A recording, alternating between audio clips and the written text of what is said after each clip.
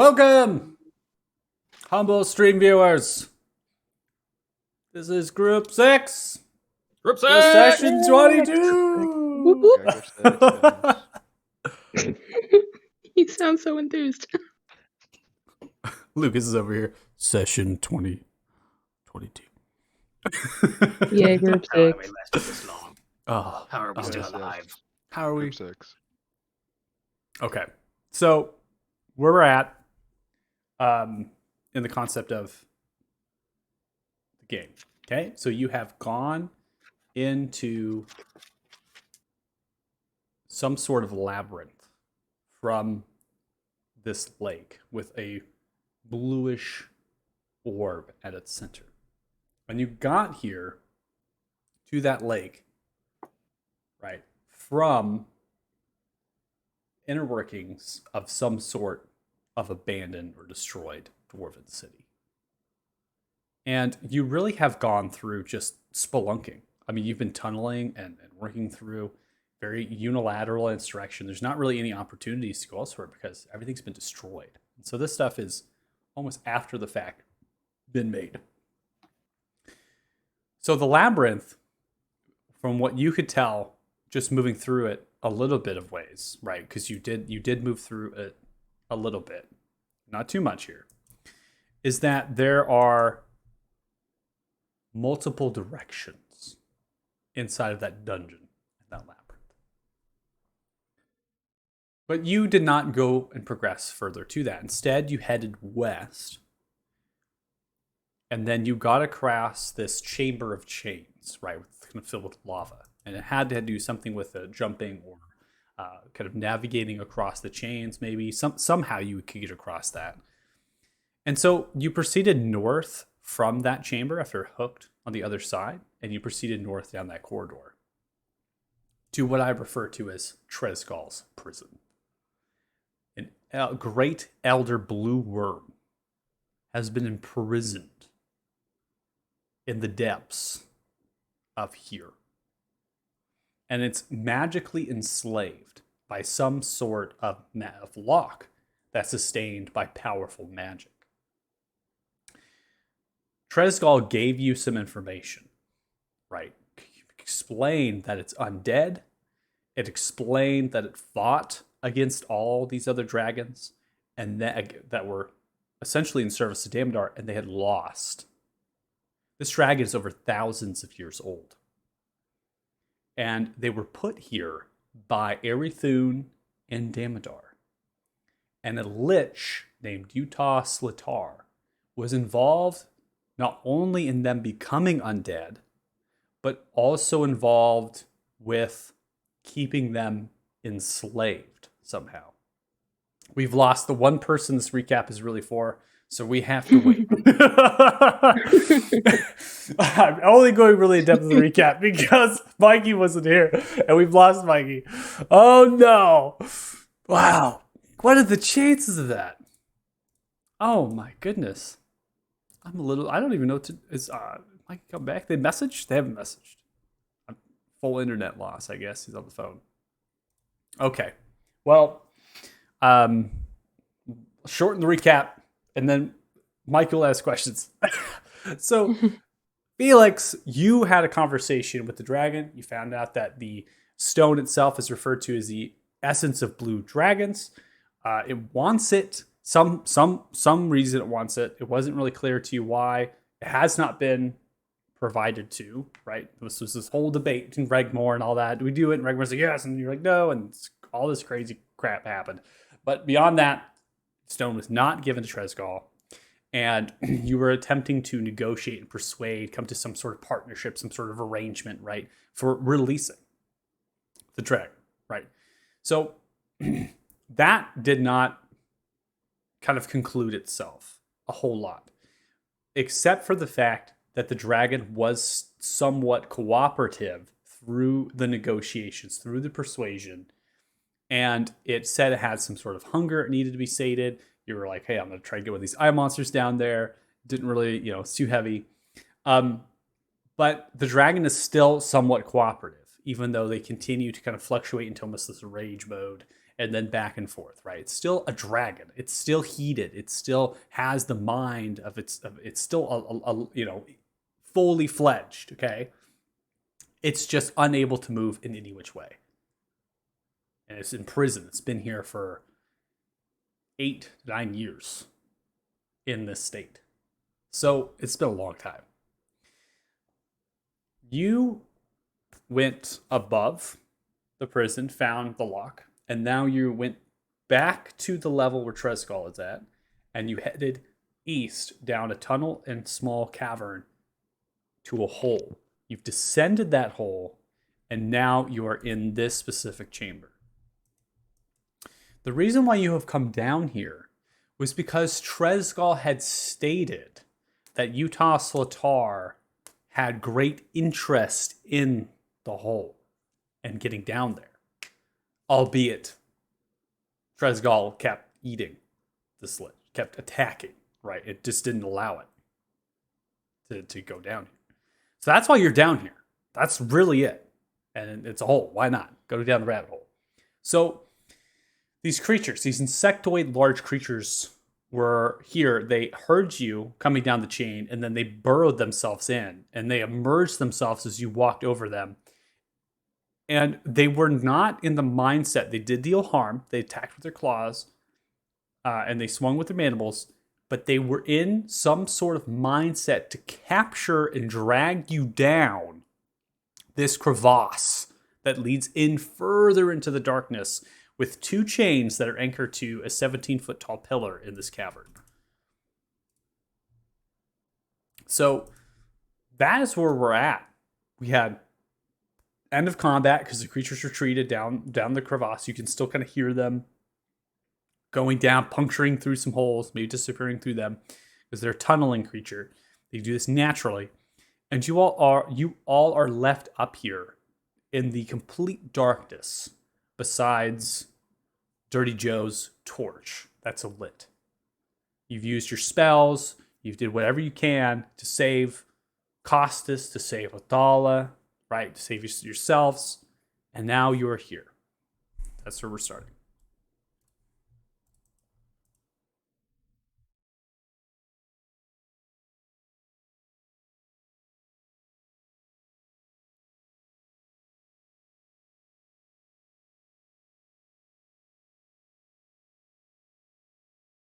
Can someone see what's going on in the hole?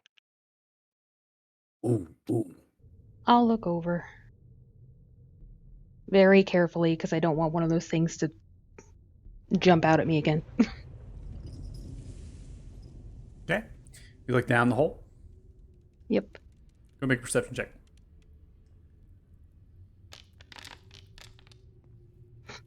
15.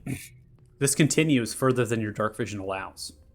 You can hear the skittering and sounds of the creatures getting distant, and then eventually they subside and end after crashing of rocks, suggesting maybe they punctured, made tunnels, and disappeared.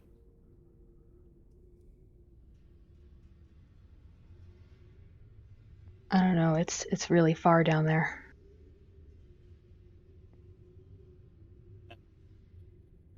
Well, I mean, if we want to push, we can, but I know some people are hurt. Maybe take a little bit of rest. I wouldn't say no to anybody that. see Reg and his polar bear moving in unison? That's crazy.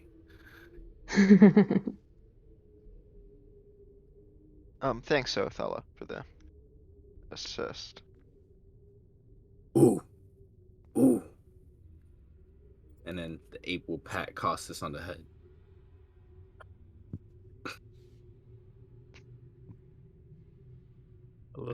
Costas kind of finds the thing amusing, but he's trying not to show it, so he's got like a little smirk on his face, so he's trying to hide like. And then with the other arm, the giant ape is gonna push Costas away from the ledge. Okay.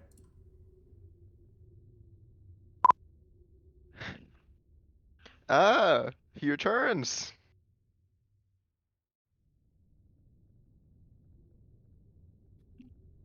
So we really got a choice if we want to push with, because this transformation, Athala can pat the big grill. That's probably, I don't know, 13 feet taller than me at the moment. If this lasts for an hour, buddy, or we can stop and take a rest if we want. The giant ape will just sit down and nod its head. I think that means rest. I wouldn't say no to one. If we are gonna rest, I think we should probably do it somewhere where these bugs can't reach us. They seem to can be reach us tunnel. anywhere. They buried under the floor. I guess Go I'm saying up maybe on like these stoned if you can. Those of you that need to rest, there's enough room for most of us to get there. Atala, if we're gonna rest, I'm gonna drop polymorph on you, so you get where you want to be. maybe we could also buddy system, like if we're gonna rest, that way if they pull someone away, if like they can sound the alarm. on Agreed. What's going on? Oh yeah, Okay, well, I'm super thanks. small, I can get Joe, in this do that one. Um, I'll take this one over here The ape is just waiting. with. I mean, unless someone I else will wants drop to- polymorph, and he'll be his normal self again. I'm going to restore transformation. So the ceiling height in here is irregular. Okay, it ranges from 9 to 23 feet. It's just completely irregular. There's not really any sort of finding factor of a thing. So these solid rocks, they kind of scatter around, and then there is this pillar here that you all sat on, which is a number of feet lower than the ceiling height, and that contains the anchor chain. So you can rest upon that. The other boulders, they range from 5 to 12 feet in height. So you're able to kind of maybe get on top of them, sit down, get yourself a little bit situated. Not particularly for maybe a long rest, but a short rest. It might be accessible if you're kind of sitting upon these rocks and just getting yourself somewhat restored. Keeping yourselves alert as you go through a short rest here. Just trying to listen, hear if you can hear any of the creatures. The only thing you hear is the occasional rumble of the ground. Like there's miniature quakes or volcanic activity that is very apparent to you, right? That kind of typical minor mini quake type feel as it shakes a little bit and the cavern moves. But beyond that, you don't hear the clicking of the creatures and you don't hear the skittering of them throughout the entire hour of your short rest. While we're short resting, I'm gonna give 5 health to Thea, 5 to Regamore, and actually 10 health to Thea, 10 to Regamore, and 10 myself. So 10 to all 3. Well, we were gonna get healing from our hit die. Oh yeah, 5. So you might want to hold on to that. Where am I? You'll get- Yeah, you roll your hit die here and get your healing back, and That then was you stupid. Yep, you're right. you might recover some of your abilities as well if they get back on a short rest. Reg's gonna prep some food for the group to also try to heal up. Okay.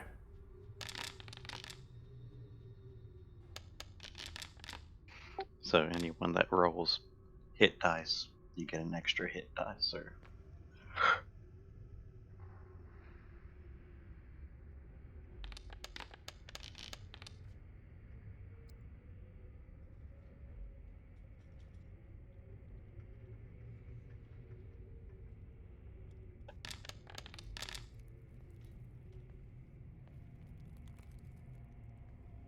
Oh, spell slots, how I missed you. yeah. So everyone that rolled hit dice, you eat the food, you get an extra 1d8 to roll for healing as well.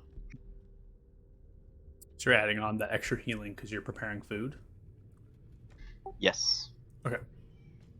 I don't know if anybody particularly needs it because they're able. I think they have enough hit die. But if you need to manually roll that, you can. It's a D8. You can tack that on to your. Tack that on if you don't want to use one of your hit dice as well. So. Sounds good.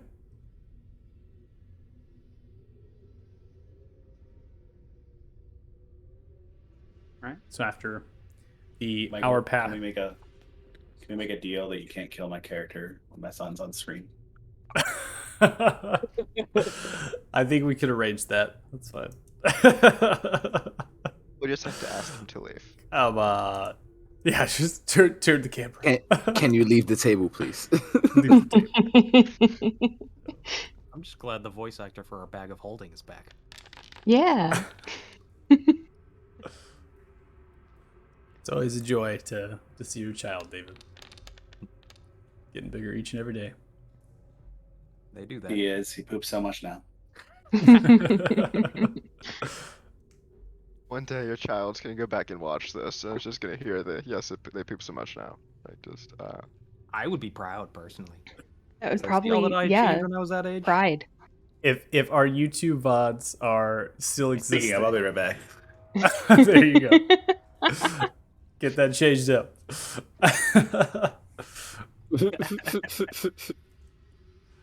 Okay, so you all undergo your short rest at this point.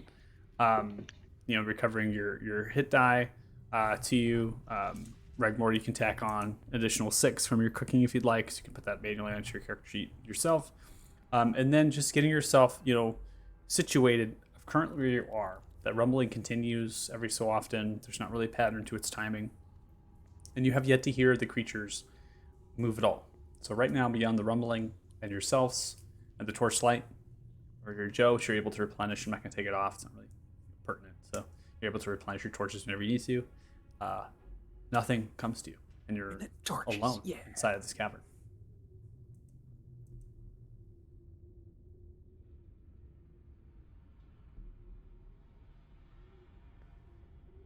You can always wait for David to get back to you if you want. Yeah, just during our short rest, I'm just keeping an ear out, keeping an eye out. Just the typical. should we I'm gonna be asking Thea this since we're on some rock. Once it seems like the only way to go now is down. Like, is that Seems what we're gonna like. do, or do you think we should head back?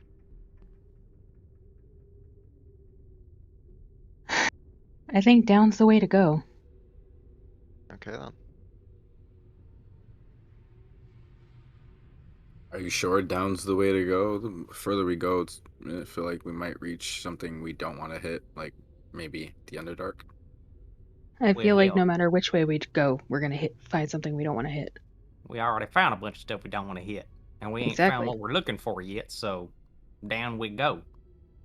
Besides, think- this We is had an other- adventure. We had other rooms though. There were two other caverns that we didn't check. Yeah, and we gotta go past Big Blue up there It's true. to get to them. Well, if we go down and find stuff that we don't want to face and have to run away, we can always climb back up and go look at the other side.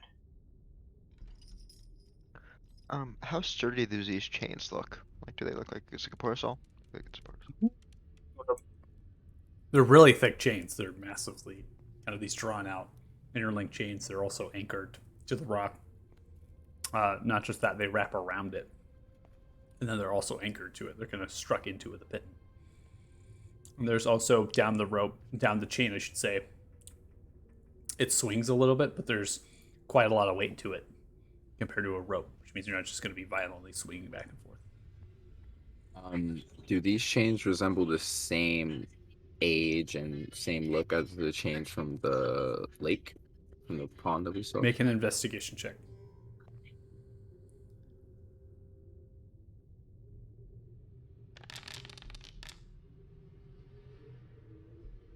Yeah. They're the same length. I would say that you have a difference of oxidation and rust on the other ones by the lake, but these ones don't have that. But they're the same length and as far as like the girth and stuff. And also, would that resemble the one that's on Thresgall? No. Okay. The ones on Tresgall did not have any sort of tarnishing at all. They were also of black metal. They were smaller in their length of. They referred to as like gauge size with the links of the chain. It's like kind of like a gauge size. So it's just like smaller. Okay. No. Do we still have the climber's kits? Like I heard you guys had climber's kits. You guys still have those? I still have mine. Do you have the things that you like link people together so if one of them falls, like they get caught by the other ones? Carabiners? Like rope? I mean, like I'm assuming like there's specific tools required to do it, not just rope, right? Like there's.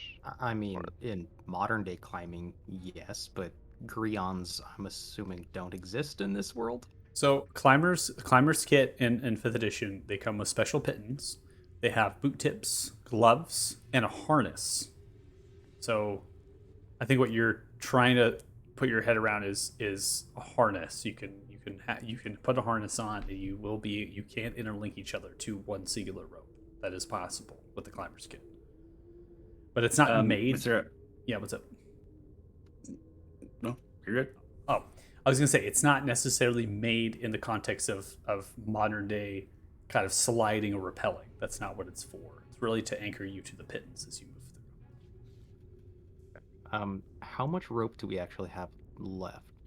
Yeah. Mr. Atala, We blank are you able to help us slowly fall down there?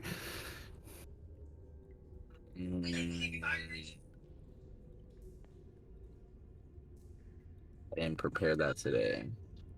Oh, it's good because we're dungeon delving. Wouldn't need that. Okay. Wow. I have a couple extra torches. Maybe we could light one and drop it down. Maybe we can get a better view of what's going on down there. That's good. Or I could go first. Actually, I kind of like that idea. I mean, we're probably not going to get the drop on anybody as we're climbing down. They're going to be able to see us coming, so it's probably a better True. idea to have some idea what's down there. Yeah, Or like it's even climbable. I can send can't out. see the bottom. We don't have to do anything. I can send an invisible eye. You just have to watch over me. I lost heavy, but I can still look down there. I mean, this would be That works relatively too. cheap. I'd rather not have you. So, hold on, let's start with the torch, and then we'll escalate from there. Yeah, thanks. See? Yeah. We don't want you to run out of spells before we can get to combat. If that's... All right. I can waste Uh, one of my torches. No, It's not really a Yes, waste. I yes, mean, I feel like yes. it's a pretty good use. It's a pretty I good have- use. I just yeah. don't use mine, so. I mean, if you really want to, it's my idea, and I have a lot of extra torches, so I figured it'd be Okay. only fair then. Fine. Use your material. That's fine. Yeah, touchy about being useful. I mean, if you really want to, but Just throw the torch. I'm gonna just grab one of my torches and This throw is, it down. this is light it. not a dilemma. Let's throw it in. All right, Costas, Morning Light. Have you ever lit your own torch? I'm assuming so. I have patrolled the city, like as a member of the guard before, so I'm assuming I've lit a torch. Okay. What am I supposed to do with this? All right. You light your torch. As you strike it and light it, you drop it down, and it falls, and it falls, and it falls. And then after it hits, it has to be at least over 300 feet. And it hit into a solid bottom. The light shines very dimly. Tiny little dot down below. Straight drop. Did we see anything as it was going by, like bugs on the side of the thing No. or anything? You didn't see anything. You saw that the rock was craggly and scarred, maybe moved, suggesting these creatures might have tunneled into them at certain points, but none of it's moving now. No clicking sounds. The chain continues all the way to the bottom. Excuse me, Ms. Reg. Yes. I've seen you summon animals before. Are you able to summon things that fly? I can. Could you summon like enough to fly us all down there? That way we don't have to climb.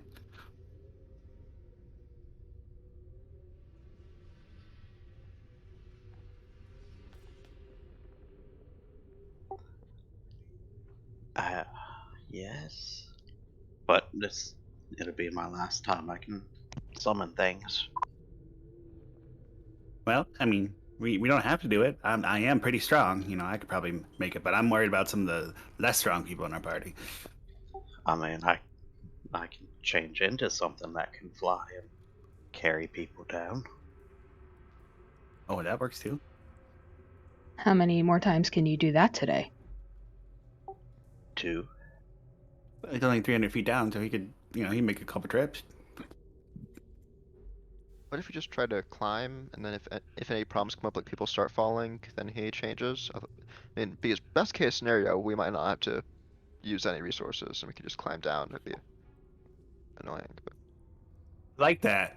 But also, I don't know that I want to be reacting to people falling when we don't Mhm. have something that lets us react to people falling, and it'd all be about like a timing issue. We're worried about like can Reg transform and get there quick enough to catch that person. Yeah, let's take trips. I'll go first. Okay. So, Regmore, what are you shaping into?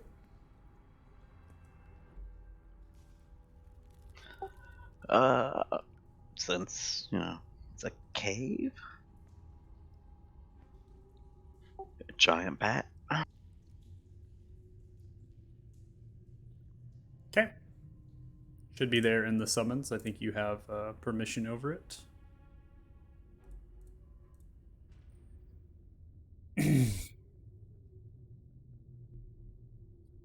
So, Regmore, as you shape into a bat, transforming yourself, showcasing a little bit of your former self in the shape, you grab Thea and you begin to fly down.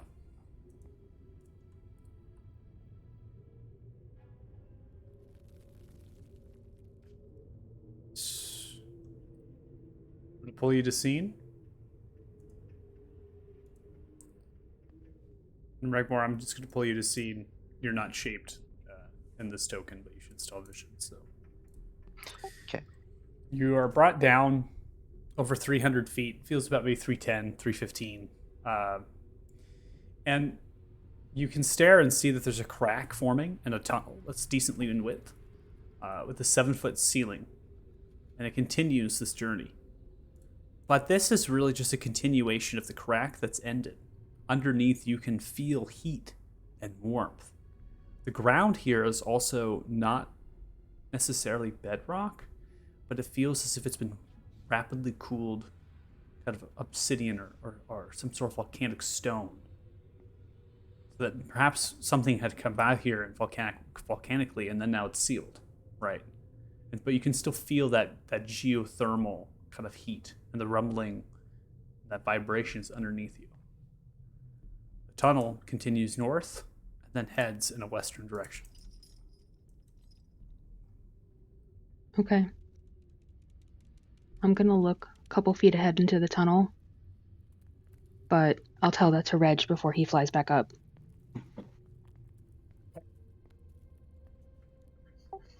Reg will give a nod.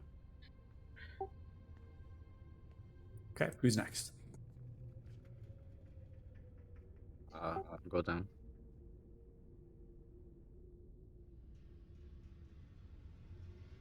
Okay, you're brought to scene.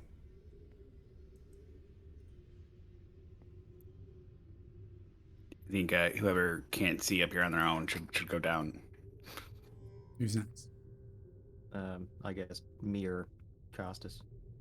I'm fine with whatever.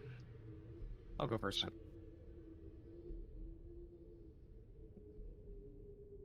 Dirty Joe, pulling you to scene.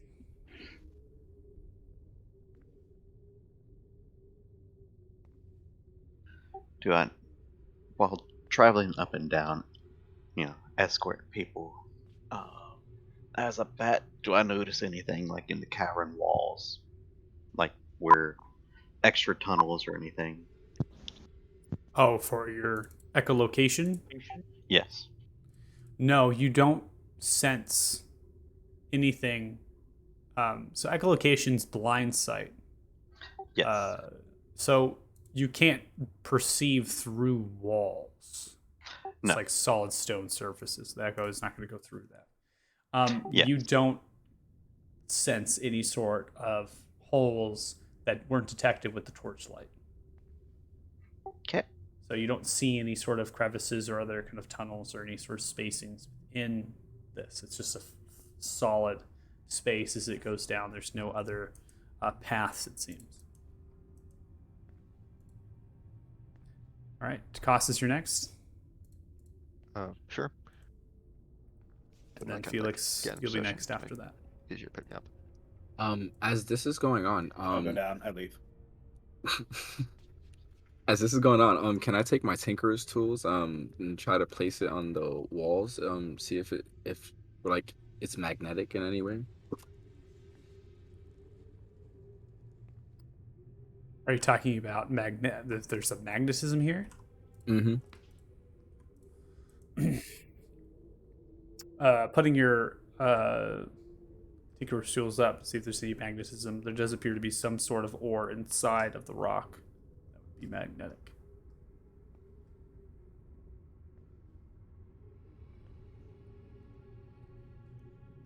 But I don't know how much information that's going to tell you based on the fact that there's a lot of metals that are magnetic.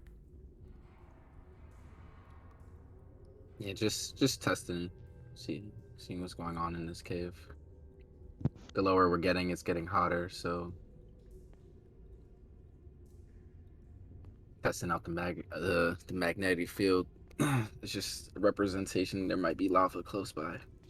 Never know. Was he talking to somebody? Myself, sorry. I'm sorry, Mr. Othello. What were you saying? Hold on. Corner. Let Reg go first.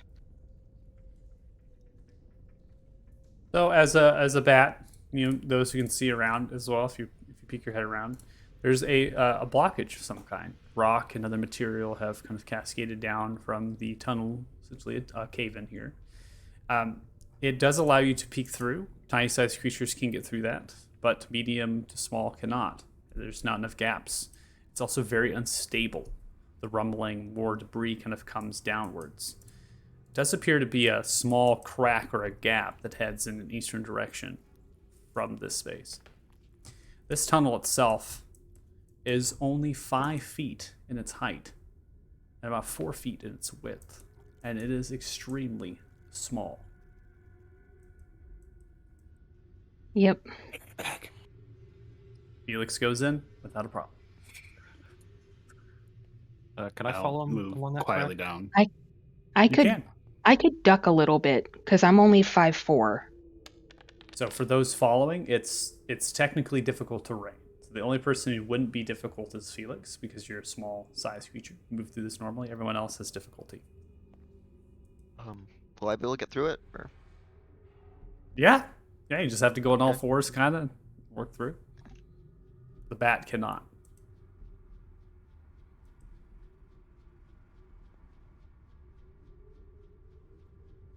Felix, as you look through, there's this light emanating from veins within black rocks, and you hear the same clicking sounds emanating from your eastern direction as you spot one of the creatures shifting and moving far in the distance into another larger chamber. There's more up there. I think we're gonna have to go through them. I don't know, say if you want to get up to the front to get a drop on them, but Should we put up torches and try to sneak past, or are we just gonna take them head on? I mean, those things seem to. Maybe we can, but they seem to know we were there without seeing us. Yeah, they can tell we're there with or without the light. a big way for me is fighting. Well, having to be I was ducked in and a stuff. strange trance. How many for do you 24 see, hours. I don't Felix? remember anything. Let me ask the omniscient person above us. How many do I see, Dion? You have seen 2 come into your visible range. They're moving around as they're clipping their mandibles into the rocks to harvest the blue vein, whatever that material that is. So it's decently loud. You can hear there's more than 2. I've seen 2, but it sounds like there's more than that. Yeah, it sounds like that too. All right. You want me to try to get the drop on them? Maybe Joe fires around where I tell him to. I think Joe, you need that light, but I don't think you should sneak up, but maybe Thea, you can take a shot, and then those of us that don't need the light get as close as possible, and those with the light come after. Yeah. Since I wasn't here and I don't know these things, A, are these high AC enemies? B, can they actually detect light? Are they blind and they can just hear us, or is there any indication of that answer? I don't think we know really either, Yeah, because we barely think- fought them. They were just grappling people away. We were mostly trying Yeah. to save people from being pulled. I know one came out of the ground as I ran past it, so I am assuming they can feel vibrations and then know where people are based on that. I'm just gonna give you basic like physical description. They're basically just giant bugs with like covered in armor, like bipedal. Okay. So probably Alright. high AC. Like they have an Bugs with exoskeleton stuff. tremor sense. Yeah. Yeah, I'll go first. I'm I'm going gonna try to to sneak be up really behind them. quiet up into the corner, like up until I get visual on them. Psst, guys.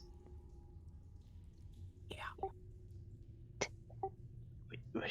I could shrink Felix down and he could go through the other way, or It's actually not a bad idea. Want to try that first?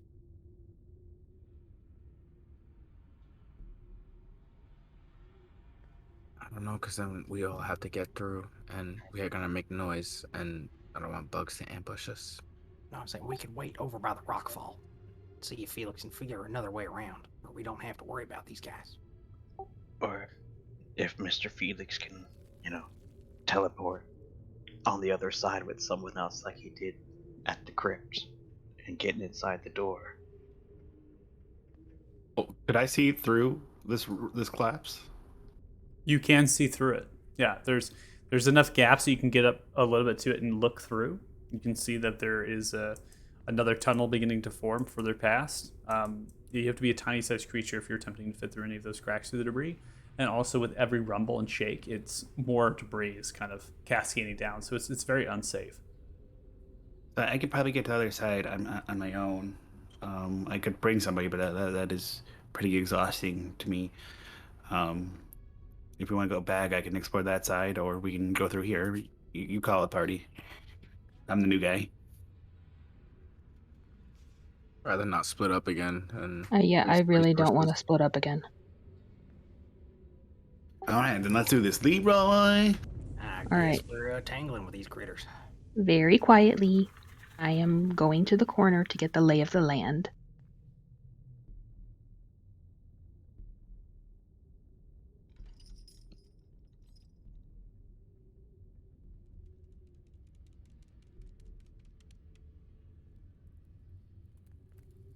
So the ceiling height of the chamber gradually increases. This has Okay. an irregular ceiling height. It does range from the same of the tunnel before to about 9 feet. There's a stalagmite pillar at its center, providing total cover as well as support for this space. You notice another tunnel is beginning to form. This one is essentially a crack or a splinter through the earth, and its width is dramatically less wide, but it's still of that 9 to 8 feet. It's kind of like a crack that comes through and carries to the next chamber.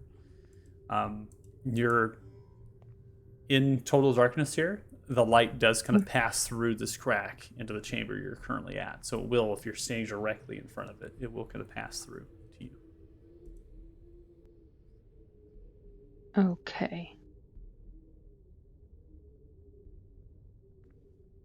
So you know what? I'm gonna go around this way.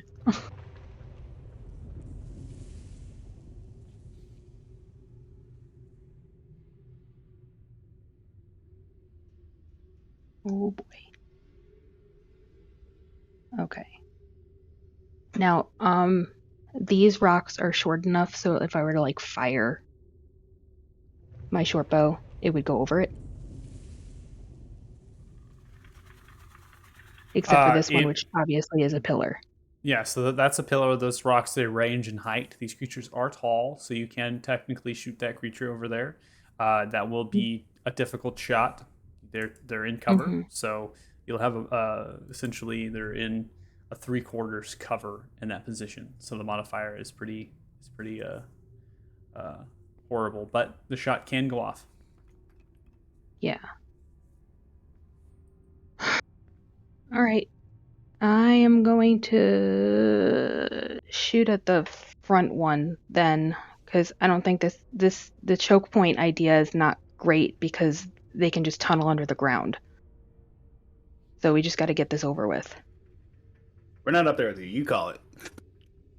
Yeah, I'm gonna real quick go back to everybody. Hi.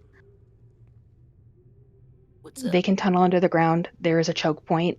That could be nasty for us. But I think I'm going to take the shot. And I'm going to go back and take the shot. Wait. Taking the shot. Nope, he buried. Moves over into your direction. I lagged out a little bit, but I was hearing everything you were all saying just so far. As it Yeah. moves forward, kind of moves and It's under the ground. looks in the direction and then burrows into the ground. The rest of them begin to turn into the direction where it burrowed, and you hear additional burrowing of these creatures, diving them as they tunnel into the ground. They're all burrowing. They're all burrowing. Stop moving. Stop. Everyone stop moving. Let's move quick and together. No one get left Yeah. behind. All right. I'm We know they're try gonna to move ambush us, very but let's quietly. stay together. Move quick. Yeah. We should move carefully because they could sense the footsteps. They're gonna send us either way. Yeah, they sense us either way. Let's just go get into bigger area. We need more space to move.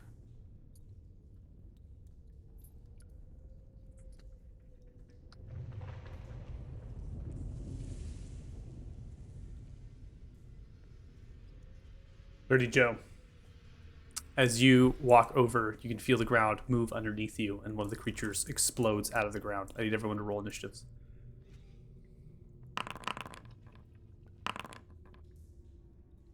Yeah, you still have a D8. Mm-hmm.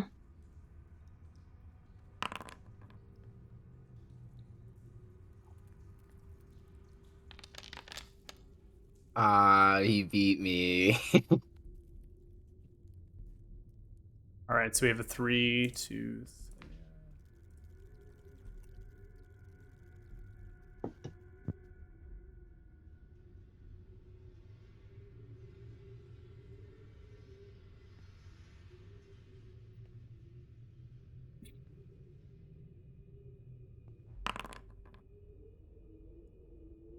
Stable. All right, Thea, you are up top of round 1. You see the creature emerge. As Dirty Joe steps over, Dirty Joe turns to react. All right, I am going to. With this is flanking right here. Correct. Okay. I am going to, as I never pulled my short bow out, 2 short sword attacks at this guy. Okay.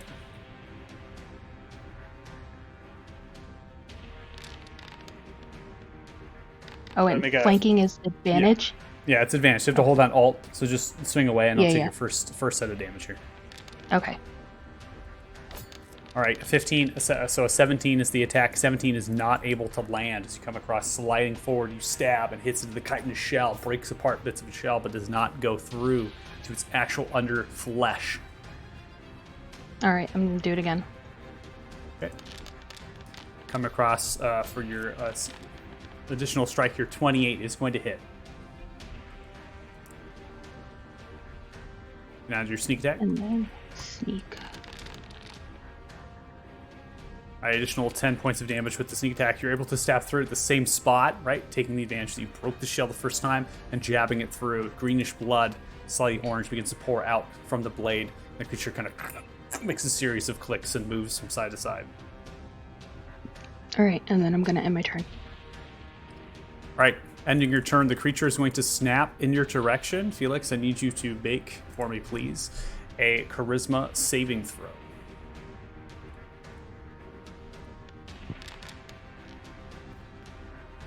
Okay. A 13 charisma saving throw. The gaze of this creature begins to emanate outwards. You have failed, as it seems that you are falling into some sort of incapacitated state. It's confusion of what is happening. So you can't take reactions until the start of this creature's next turn, and we'll have you roll a d8 to determine what you're going to do, right? So on that note, I need you to roll a d8 for me.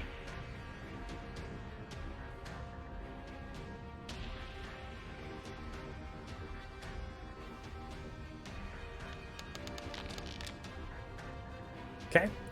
On a 4, you can do nothing. You see him in this incapacitated, this confusing gaze that's emanating from the creature. The creature is kind of fixated out at you as well when it does this. And you are stuck in this state. It feels temporary to you. You're not paralyzed. Like I said, it's kind of on the incapacitated level, not fully there.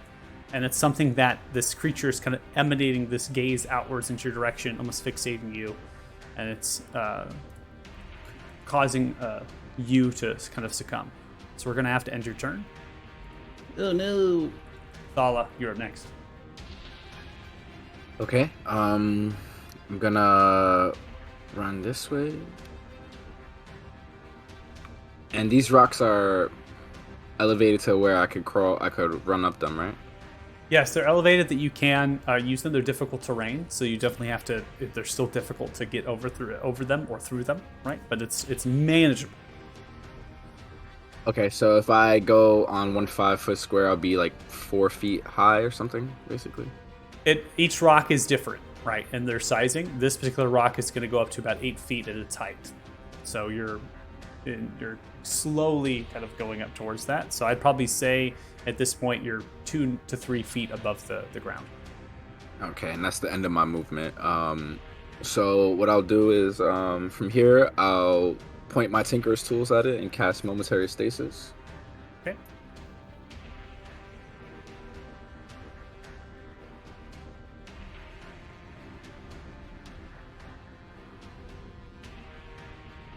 All right, the creature is going to fail as the stasis is successful. You can see that it kind of begins to freeze up in this kind of vibration of energy. Creature is incapacitated. All right, y'all can take care of it. Hurry up. And that's the end of my turn. Okay. Creature begins to unburrow itself behind you, Regmore, in the same chamber that you previously were at. As it does, it kind of explodes out of the ground, makes a series of clicks looking, and then dives back down to the ground. So the rumbling of earth begins and cascades. The hole is filled, and the creature has disappeared. Creature appears, exploding out from the ground, making a series of clicks. It then is going to drop and dive back into the earth, exploding in.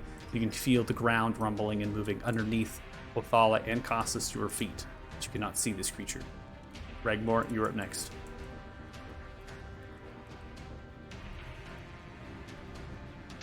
Moving up to Casas and casting Enlarge on him.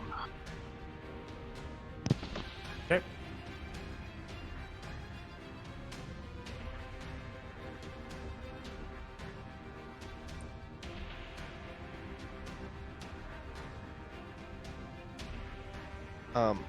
Can I purposely fail a saving throw? Yeah. It's going to automatically roll regardless if you try, and you're most likely going to succeed, so I have to manually do it. No worries.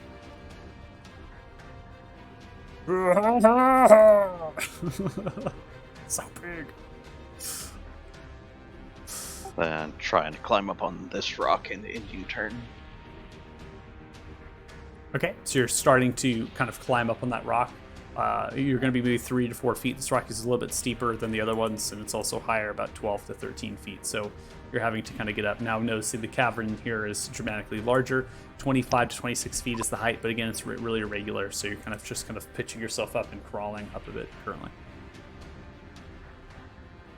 Is that the end of your turn? Yes, it is. All right. Revealing itself next to you, Felix, is another creature. Explodes out from the ground, makes a series of clicks, and then goes to grapple you. It's going to come in to kind of swing and grab onto you. Now, we come into the realm of how kind of incapacitated you are. you can't take reactions, but you're not full on incapacitated.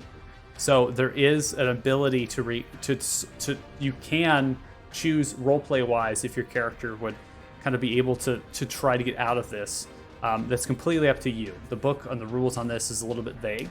So I try to play in favor of the players and how they think their character would react to being in this sort of gaze in this state to see if they would be able to react to this. I mean, I feel like if I'm, not able to act or react, then I probably, wouldn't oppose this. So Okay. So it grabs onto you with this grapple.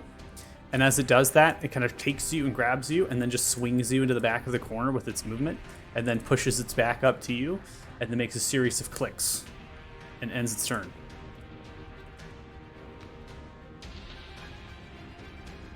Creature emerges now next to you, Costas, in your large state.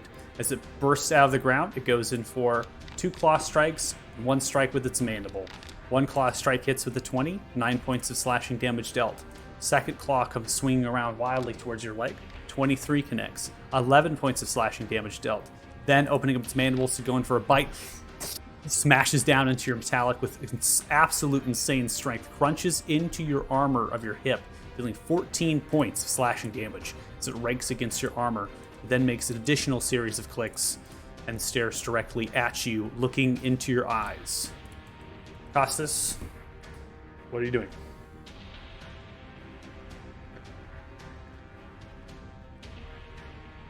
I'm mad. I'm going to then swing around and attack you with the Bane of Barathun. Okay, you're going to lag a little bit because I'm going to start under Aura of Protection here, so it should pop up. Okay, you swing around and turn to attack it. I need you to make a Charisma saving throw as you stare at the creature.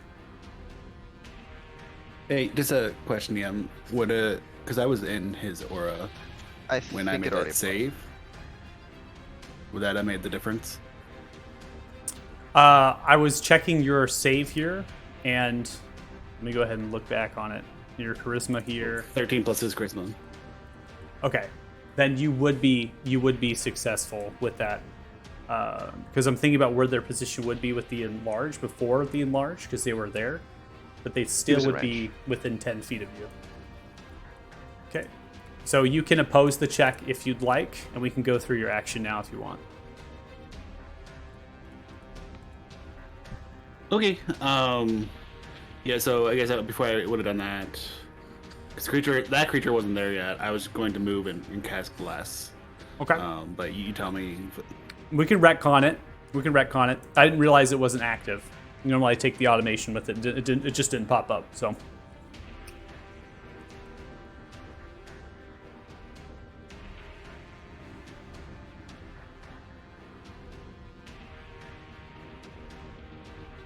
I would have moved where I could see them, then I would use my free casting of Bless for the day. Okay. On Joe, Thea, and Costas. I wouldn't have known that creature was there. I would have had just moved back to Costas because he's pretty good at protecting me. Okay. Then I guess I pose that check now. Yeah, go ahead and post the check. The creature is still going to do, regardless of you moving back or wherever you were going to go, the creature was going to pursue and attempt to grapple you. So go ahead and make that check. Acrobatics? It could be acrobatics or athletics, whichever one you prefer. Okay, 21 is going to beat its check, so it goes in for its grapple and does not move. And it also does not attack you with any additional attacks. It seems just to reach out for you, is unable to do so, takes a step back and clicks. And I'm going to move it just 5 feet because it's going to move more kind of towards Costas and pushes its left claw towards you, Felix, as if to protect you. Costas, I need you to make a Charisma saving throw now.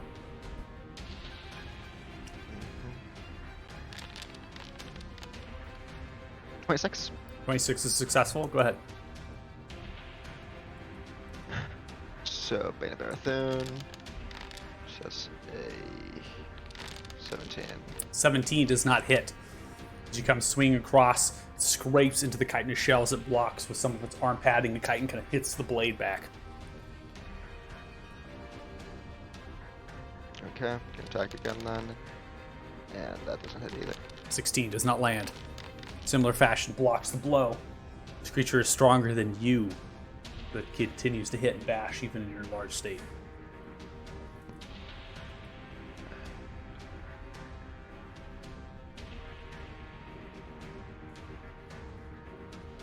Let's see, what are the extra components for this? That. Okay. I'm just gonna end turn there then. I have an idea. Okay.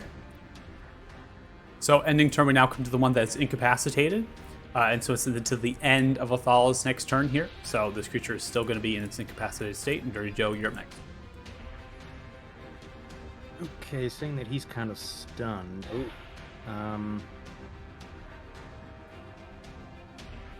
I am gonna slide around him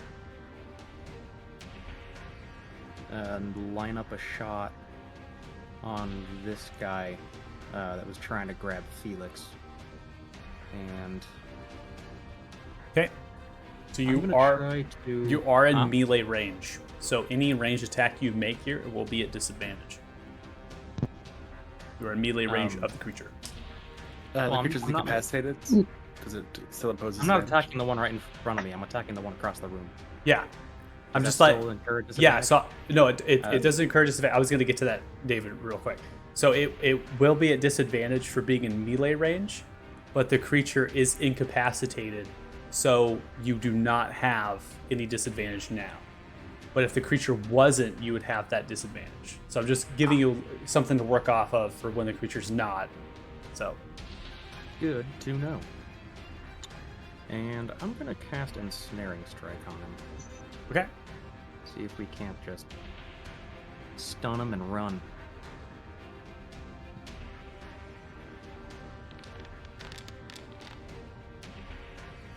Okay. So first you need to hit with the bow here. 33 is going to hit with the bow. 10 points of piercing damage is dealt to. And then you're trying to throw off an ensnaring strike.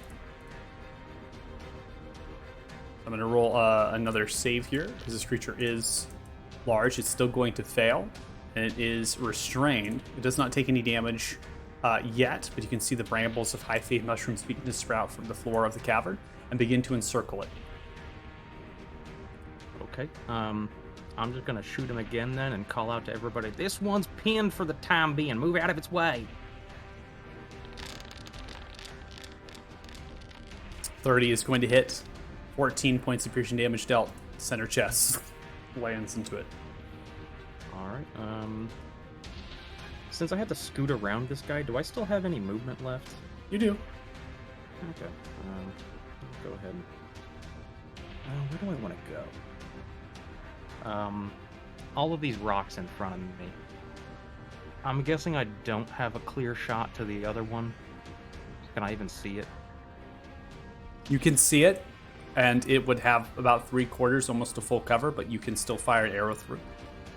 For you, you have sharpshooter, so you will not be opposed by cover. Okay. In that case, I'm just gonna move down here a little bit.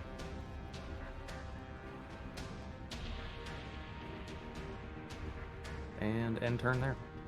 Okay, so we're going to end your turn. We now come to the top of round 2. They no longer flank.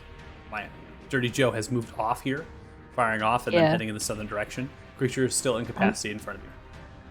I'm still gonna hit it. It's incapacitated, which means I have advantage on the attack still, right? No, incapacitated does Okay. not mean you have advantage. It just means it can't take actions or reactions against your attacks. Okay, so just I'll hit it twice. Okay. Or try to. Try to swing.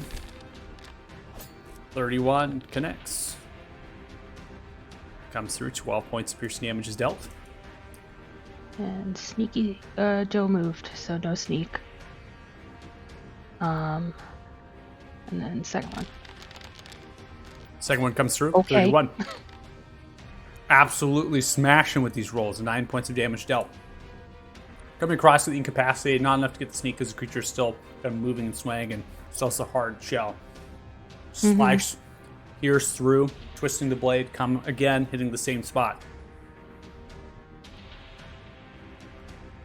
And it can't take any reactions. Right. So I'm gonna back up against these rocks. And then end my turn. All right, ending turn. Felix, you are up next. So I saw like it try to protect me. That's correct. And it does not, even though it's looking towards you, it is not compelling you into that gaze. All right. Just an off chance, gonna try something. I'm gonna expend a first level spell slot to reuse my universal speech, and give all three of these creatures the ability to understand me magically and communicate. And just say out to them,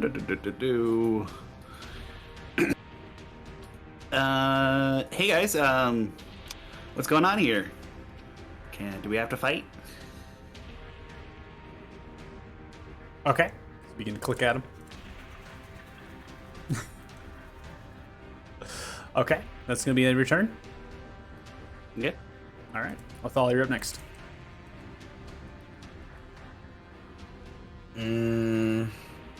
Not gonna do much. I'm gonna just point at the one that's already incapacitated and cast Soul of Dead. Okay.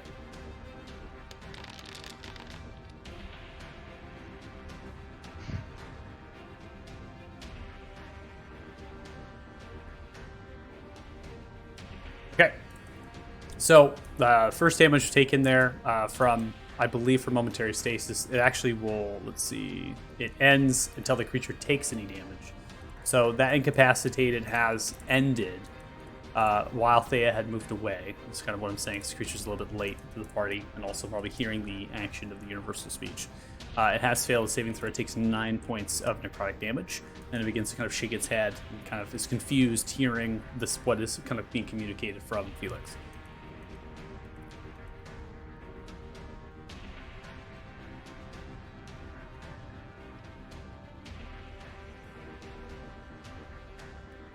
All right. I'll try to move up a bit more on the rock and end my turn there. All right. Ending turn. Hear the sounds of tunneling and shifting of movement. It's very apparent that there is a creature that is under the ground nearby you, Othala, and Dirty Joe. It's not surface. Creature explodes outwards of the ground. As it emerges, it sets itself down. Hears a series of clicks and goes in for a claw strike in the direction of Regmor on the rock. 26 hits you, Regmor, as it swings wildly, 6 points of slashing damage dealt. Then goes in for a claw and mandible strike towards Colossus, which is this large creature in front of it. 23 hits, 9 points of damage dealt. Then goes in for its mouth to clench on now to your other leg. 16 is unable, as it scratches onto the metallic armor and pulls itself back. Regmor, you're up next. Going to continue to climb up this rock, try to get out of reach of these big uglies. Okay. So you are technically, now that this one is here, you will be in its threat range. So it's immersed itself attacking you, so you're in its threat range. If you go further up from the rock, you will get outside of it, but then you will take attack of opportunity unless you attempt to disengage. Going to attempt to disengage to climb. Okay. Go for it. So taking your action, half your movement speed, you're going up the rock. I'm going to go ahead and move you as you move south a little bit of ways. I'm going to put you right around 10 feet at this point on the rock as you're making way and getting above and south. The creature follows you in your steps, and it is trying, but your face and you're kind of looking your direction, but your attention is to disengage, is to look away and to move away.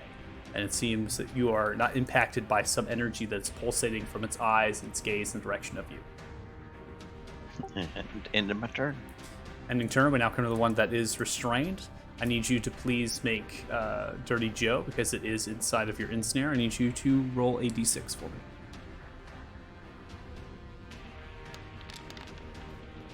Okay. Takes 5 points of piercing damage. It's scraped against with the spiky hyphae. It then turns and looks towards you, Felix, as it says, Must protect the Smiling! A series of clicks.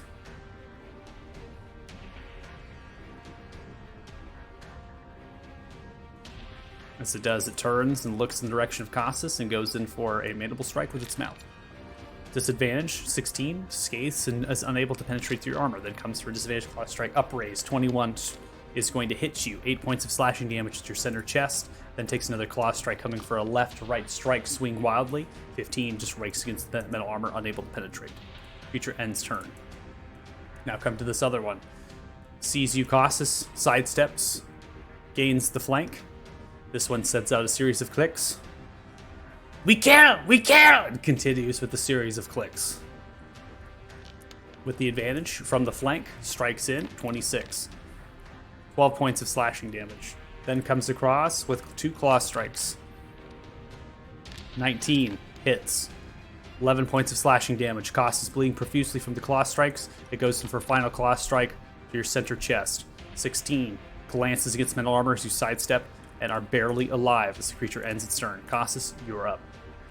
As you begin your turn, I have to ask you one and simple question. Are you looking at the creature? I'm probably looking at my horribly bleeding body. I mean, oh shit, I'm basically dying. Then I'm going to lay on hands myself for the full amount I have left, just 40. All right, healing yourself for 40. Yeah. Okay. And I am also going to follow that up with... Oh. Yeah, I'm gonna follow that by casting Sanctuary on myself.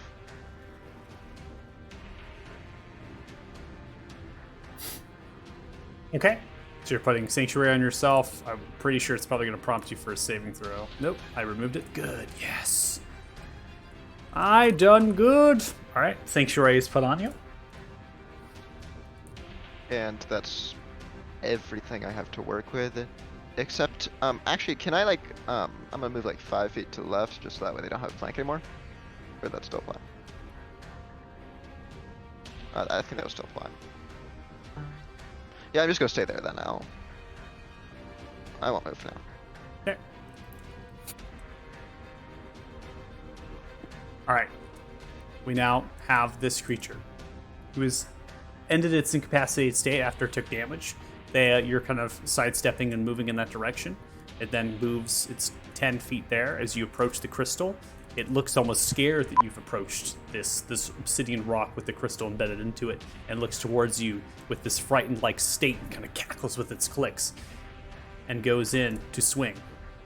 Mandible strike with its mouth first to kind of come down on top. Natural 1. As it is, you sidestep down, crashes the mandibles into the earth, picks them up unscathed, and comes in for 2 claw strikes right to left to smash you into the rock. 18 connects, 13 points of slashing damage dealt. It then is going to take its left claw and then come for an upward down strike into your shoulder. Natural 20. Uncanny dodge. Okay. You're going to uncanny dodge that to only 8 points of damage dealt, as you are able to get into the rock itself and kind of hunker down, and then it kind of clips you and smashes into the rock face underneath it. The creature is going to end its turn. Dirty Joe?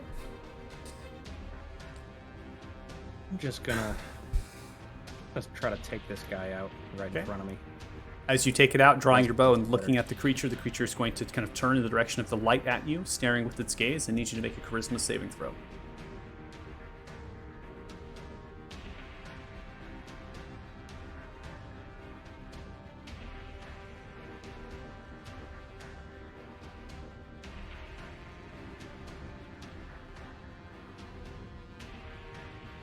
There it is. 15. You are successful as the gaze is directed to you. You feel that you can look away and the gaze will end. You can do this at your own discretion, but you will be at disadvantage firing the arrow. So you've saved this time, firing up the shot to look. It's just a normal strike. Wait, so if I decide to shoot him, it's going to be a disadvantage? If you decide when the creature looks at you and emanates his gaze, you can decide to avert your eyes and look away. but you will have disadvantage because you're basically firing blind at the creature. Okay, but if I continue to line up my eyesight and You- try to you- attack him, You have to I'll roll have a to save saving. again. You have to roll a saving throw, ah, and you have succeeded, which means that you are not under the effect of this gaze, and you can fire your bow at a regular, normal. So no You say disadvantage. on your next no- turn, you can avert your eyes if you want. gotcha. Yep. All right, I'm gonna put on Slayer's Prey then.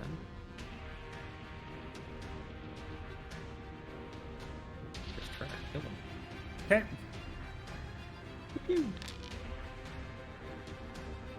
34 connects. That was almost a 1. All right.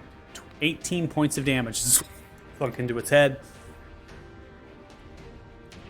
All right, and one more attack. 30 is going to hit. You take the 7 points because you only get the Slayer's Spray of the first strike, so 7 points of piercing damage dealt as the arrow clips into the side of its shoulder. And there's really no point in me moving. Well, actually, do I want to try to move up and give Thea flanking for this guy? Nah, he's almost dead anyway. Yep, in turn. All right. There. The top of round 3, the creature is going to turn in the direction of you as you begin to move and stare down at you. Do you avert your eyes? Question about that. If I'm not looking at its face, like let's say I'm looking at its stomach, is that averting my eyes, but I still can see what I'm doing? Because this thing is a lot bigger than me. It's a lot bigger than you, but it's also this magical force that is emanating from its eyes towards you and is trying to interlock and come into a focused gaze with you. So regardless if you're looking at its stomach, it can hunch down and try to get its eyes and essentially kind of hunch down and look at you to try to get you to look into its eyes. So it's a Okay. process that it's kind of, if it does this, it's always doing it, right? So even if you're like, I look towards the stomach, it's going to match your eyes, and then we go to a saving throw. So this is more Okay, like, so- I'm just averting my eyes completely from this damn thing. So yeah, I'm averting my eyes, Okay. but I'm gonna make hopefully 2 short sword attacks. All right. For So I need you. Disadvantage of I hold control. I'm gonna need you to make these a Okay. disadvantage to hold down control. Okay. 20 is still going to hit. Even blind, if you had blind fighting or blind sight, you wouldn't have anything, right? It would just be a normal Yeah. attack. So 20 with the disadvantage is going to come as you pierce into the creature, as you stab in, twisting the blade. All right, same thing.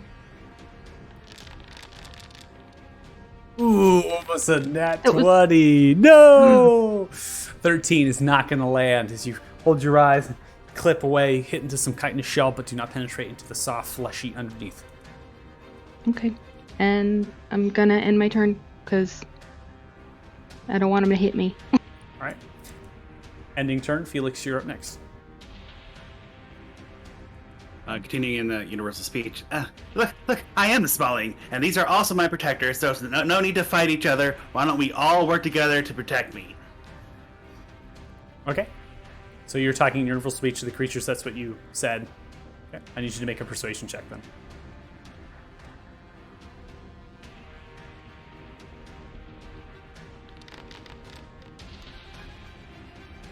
$27. You can see that all the creatures that have understood begin to somewhat lower. They begin to make a series of clicks to the other ones, and they as well begin to lower their claws and their mandibles. Then I would say out in common to everybody else. All right, nobody fight. Stop fighting.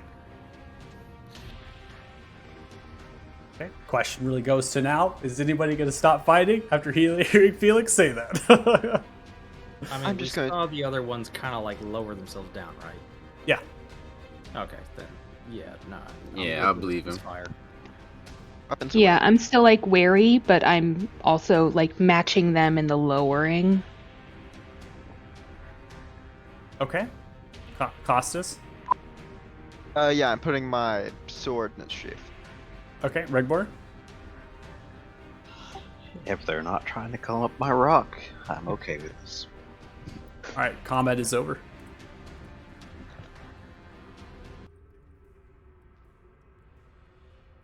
Imagining Regmore up on the rock looking down, everybody smoking a pipe. I'm just thinking freeze frame. Everyone's bleeding. We're just like swords pointed. Everyone's stopping.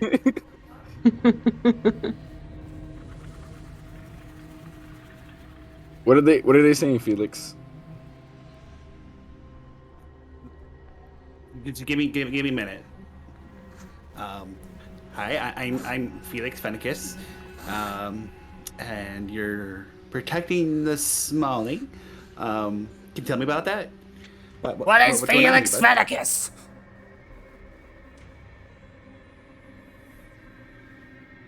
I am Felix Fenicus. You're Felix Fenicus.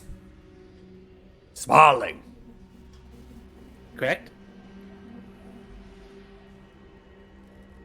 Begin to surround you. And these are my protectors. Protectors. Protector. Yeah, I could always use more protectors. Thank you. Well, all of you, yeah. Oh, hello, guys. Right, so...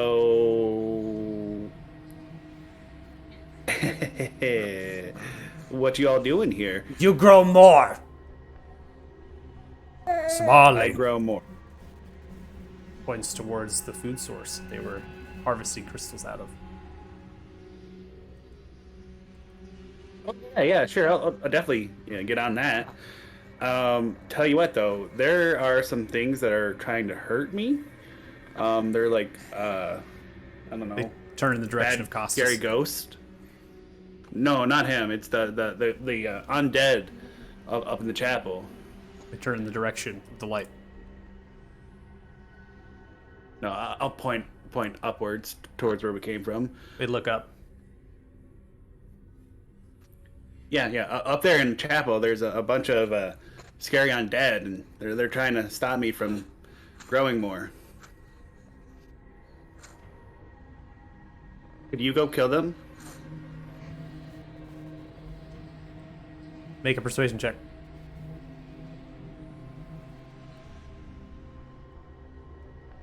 This is literally just 3 of them is able to click and then universal speech. This is just clicking. This is all you're hearing. Okay. Natural 20. Oh, It's beautiful. We will get the hive and we kill them for you.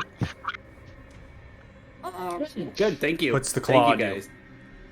3,000 strong. Yep, you got it. They tunnel into the You guys ground are the best spirit. Okay, bye. Yeah, we should move quickly. what So what did you say to them? They're gonna go kill those undead that were up in the chapel up above. 3,000 strong. So we should like skedaddle. You say 3,000. Yep. Yeah. I no, mean, we're gonna that's- keep moving. Let's move. Let's you know, move. We're it's moving now. magic, so I'm not sure if they're great with numbers, but I'm assuming that We're moving. 3,000. Wait, are you Um, like their leader now? I think I'm more like a slave that they value to grow things. They said this was a food source Tunnel. of stone. I I have no found idea the what tunnel. that is. Let's keep moving. I'll take 3,000. that. Get the hell out of here. Let's Um, go. Dumb. Reg, make him Please, small. Felix, do you want a piggyback ride? You sent them up into the city. Yeah, there's nothing Yeah, buddy, alive. they'll fight each other and they'll thin each other out, making it easier for us if we have to fight anything. Is this the way? Putting the torch back on you, just FYI. Oh, there we go. So as you hop into this tunnel heads in the northern direction. It seems to be tight and difficult terrain. It does open up and become varied at sorts. So there are certain points that this will become not difficult terrain for those that are medium-sized. Felix have no issue going through here. In fact, this is almost perfectly designed for your size, which is rather interesting. As you continue through, you leave the cavern in your backside, and you see that the tunnel itself connects through the obstruction. Could be a natural formation to kind of get onto the other side, or maybe this is made create this way to get around the obstruction? Difficult to tell. The tunnel makes a rapid descent of like a rampart into the darkness here, and it continues for a bit past what your dark vision allows. It goes in the northern direction. Do you continue? Reg does. Warden, No, once downward. everybody's up here, again, buddy system. Everybody stays near somebody else. Yeah. So I'm pick gonna your say- buddy now. Also, everybody, stay near Felix at all times. Yes. Be our ticket through here. Yeah. If we run into any of those bugs again. Save the Point at goblin. him, be like, food grower, or whatever I don't even know. Smallin. I think that's. He's referred to as a goblin. I think Smalling is derogatory. Continuing into the darkness, I'm going to activate the next scene as you traverse approximately 90 feet and open up into a larger kind of cavern with a 12-foot ceiling height. You see a metallic bronze and brass stone door with the kind of this blackish dark steel. It's intermixed in the way that it's woven and paneled. It has been intentionally destroyed from its pillars of metallic nature that sit to the left and right. The hinges have been almost welded off of it, like if you took a blowtorch and heated it up and then kind of took a hammer and crashed. There's dents in the metal, and then you notice the hinges, which are numerous to this double door, have been kind of burned off. And then there's massive amounts of destruction of the locks that sit at the center of the doors. The tunnel continues in the northern direction with a light that is bouncing and emanating from that tunnel that lowers down to an 8-foot ceiling height and heads east. I see something up there. I don't know what that is. So, quietly? Should we try to stealth it? Maybe this Barrel maybe on. this door can give us clues at what they have on them, because this doesn't look easy to do. No, it doesn't. And I also see something up there, so. Also, does this stuff look like it was still made by the dwarves originally, or is this something else that's been building stuff down here? You need to make an investigation check for that. Okay.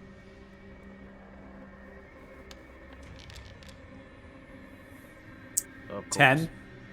It has really nice metallic construction. You've seen the same metal construction inside of Fasilth Rock, and you could note this to dwarven construction, and because you've seen an immaculate golden gate, so you're imagining beautiful metalwork like this, it has to be dwarves. Okay.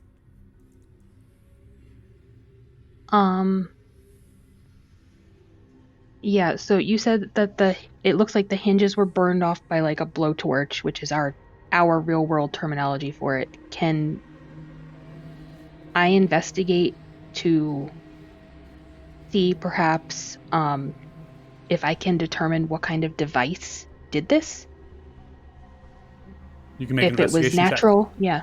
Mhm. If it was natural or not, You can make an like investigation check. a biological investigation.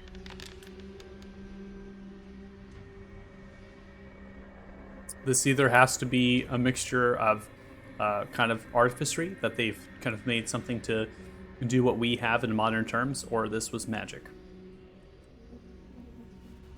Okay. I will relay that to everyone. So you think somebody already came in here and stole whatever was back here, or somebody broke in and put something in? I think it's something that other people don't want someone to ever find. And maybe somebody's already found it? Well, something already broke down found this it. door. Something broke down this door. In a How manner. recent does that look? Yeah. Like it looks like it was recently broken down, or Yeah, I don't know if I could have determined how recent Long time it ago. happened. Long time ago. Okay. It doesn't seem very recent. Well, only one way to find out. Yep. Guys, we're gonna try to So, stealth it. Want me to? I am- the sneaky step, or do we just gonna barrel on through? no? I think that'd be great, Joe. Yeah, Yeah, sneaky sneak- step. Sneaky Step. step it is. Yeah.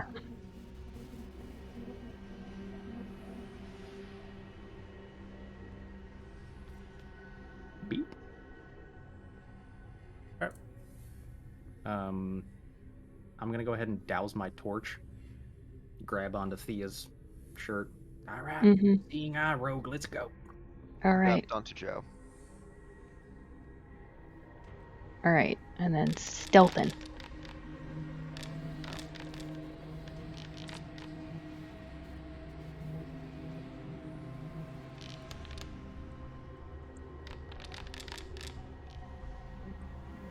Okay. Oh, jeez. Okay. What? That's not terrifying at all. It's fine. Everything's fine. What kind of roll? What kind of dice are those again? Those were A lot of d20s. Oh fuck. Those were perception checks. Oh Okay. yeah, I see something up here. Can How I do you confirm or roll, deny this perception check? I have a quick question. How do you roll group stealth? Is it lowest roll or like average roll? Can't tell you that. Okay. So as you come wrapping around the corner, you can see that there is this reddish crystal that begins to kind of grow and out of the space, and it begins to kind of come outwards, and it's forming in these very abstract patterns, like geodes. You begin to Oh, hear this the room. sounds of running water. And from what you can emanate through is there is a large amount of glowing that's coming from these whitish crystals, which are not far off of crystals that you've seen. The difference with these is that they're more of like geodes forming like clusters, more naturally occurring in their structures. They might have been here and this room has just been excavated to kind of have them be displayed. The red and white crystal continue to form a 20-foot dome ceiling, and that is gradually working itself up from the tunnel you're currently at. You can reach that. The water seems to flows slowly in like these crossroads. That was a hard one. That was a tough one. As it does, it flows slowly. What's in- the water doing? Flows slowly at a crossroads, and the crossroads is centered at a beautiful 19-foot tall white crystal that is vibrating. It's just shaking just rapidly, and you can hear its hum as it's pulsating the surrounding air. The 4 geodes that are around, they go up to the ceiling height, and they are continuing through that. And they might be referred to as pillars to help stabilize the space. Am I able to hear anything potentially ahead of us besides the water and the thrumming? You can make a perception check if you'd like. Okay.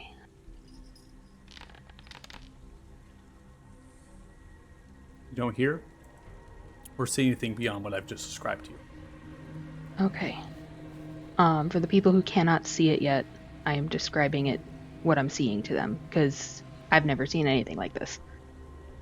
Thrumming rocks seems magical to me.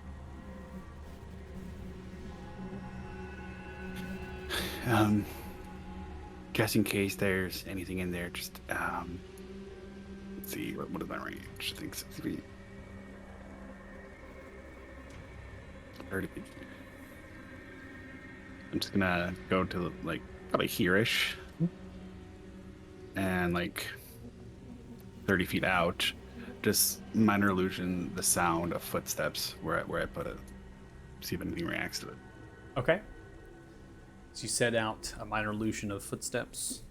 I'm sure we're all curious of what Lucas is eating. And they brought some box of goodies. What'd you bring for us, Lucas? In a box. Ow. What? What? How? I don't know. Is that an onion? What It's is blending that? in with your blurry background. I can't Yeah. tell you what that is. An onion. Oh, it's like a dumpling. it's Like a dumpling? I don't know. Yeah, it's a like dumpling. It's a dumpling.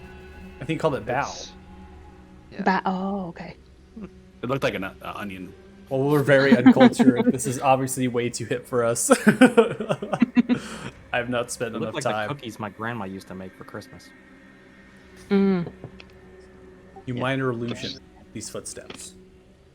You send them outwards. Nothing moves to the sound. Nothing creates any more than what you're hearing and seeing right now. Something most likely would have responded to that, so I think we're okay. I'm gonna look and see if I can see more of the room. Well, I'm following behind you the whole way, so Yeah. don't leave You're without me.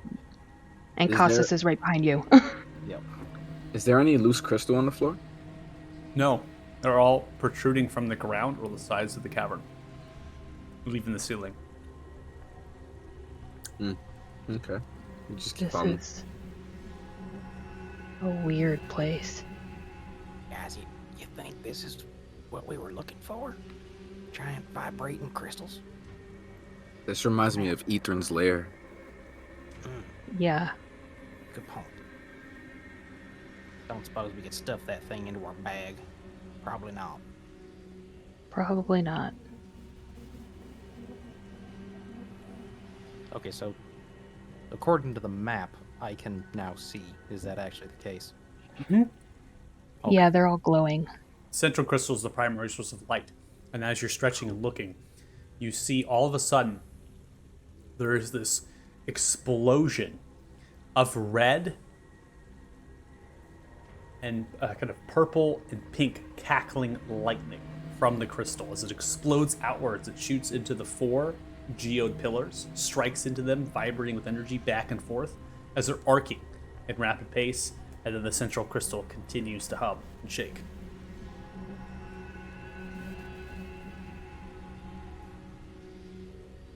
Oh, that's not weird.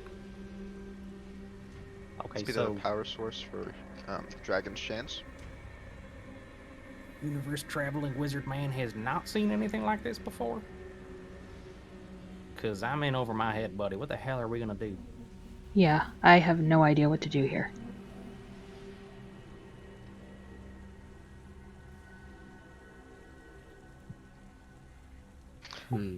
Are these little trenches caverns?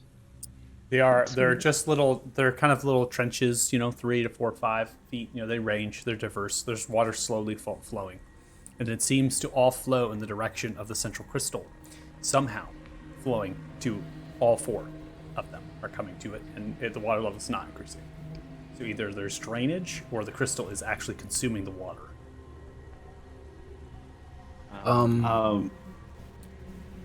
Hey guys, should we try to collect some of this water, maybe?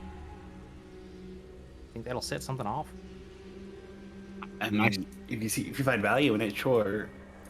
But I just don't know what the hell else to do down here. I'm thinking we're under. Crystal explodes again. This time some of the lightning hits into you, Othala. The crystal glows and hums within your mind. For a brief moment, it bounces through you. And it feels as if it requires some sort of request. As it does, the lightning and time suspends. Time is frozen in place for you in this moment. Everyone else is not moving. The water is not moving. The lighting is not moving.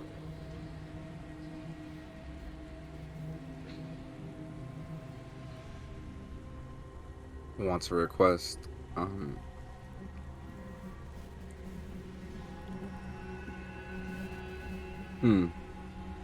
Does it feel like I can speak to this, or is it more like just Can't tell you a that. mind sensation? Alright. These aren't exactly words that are forming within your mind, so I can't tell you how to communicate to it. You just have to feel out. It's just humming and almost this electricity's bouncing through you, right? As if you're being probed.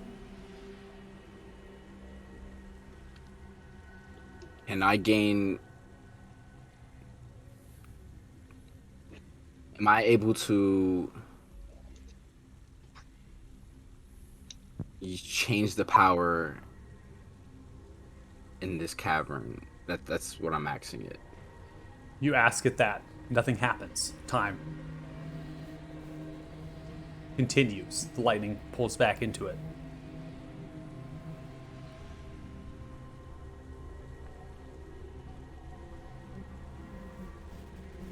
Um, I'll tell Felix what just happened. Time just stopped. And this rock asked a request of me. The rest of us are moving. Everyone, time is yeah. So you just saw the cloud bounce. Essentially, it all like got Hey, struck look. like by a thing of lightning, and then all of a sudden it pulled back into the crystal, just like it did before, but just some of it hit Othala. And it seems as though time had stopped for them. Little buddy, you're not dead. No, I Were you I looking? I asked for a request, and I asked if I can control the energy that's here, and time just started again. So Okay, so talking trees, talking crystals. Well, I don't let's see if know. I can Maybe wave we this should thing get down. out the lightning path, unless you want to try that. Yeah, I'm gonna give it a shot. I'm just gonna walk up to it, wave my arms around. Hello, choose me. Does anything happen? Mr. Othala, can you identify this? The lightning strikes again. stone? This time it goes into Dirty Joe, Othala, and Regmore. Each of you seem as though time has been stopped for everyone but yourselves. Flows and hums within your mind, bounces through you, and seems to require something. It requires something. Feels as if maybe a desired request. So it's asking me for something. Okay, so time is like kind of stopped. Can I actually like move around and everything else is stuck? Or is You it move just around? seem like my? Oh, well in that case I pull out my stone. Okay. Wave in front of it. Reg will walk closer to the stone and try to reach out and touch the crystal surface. You clamber over some of the crystal and you touch the surface. The surface feels very warm, vibrating with its energy that passes over your hand, shaking.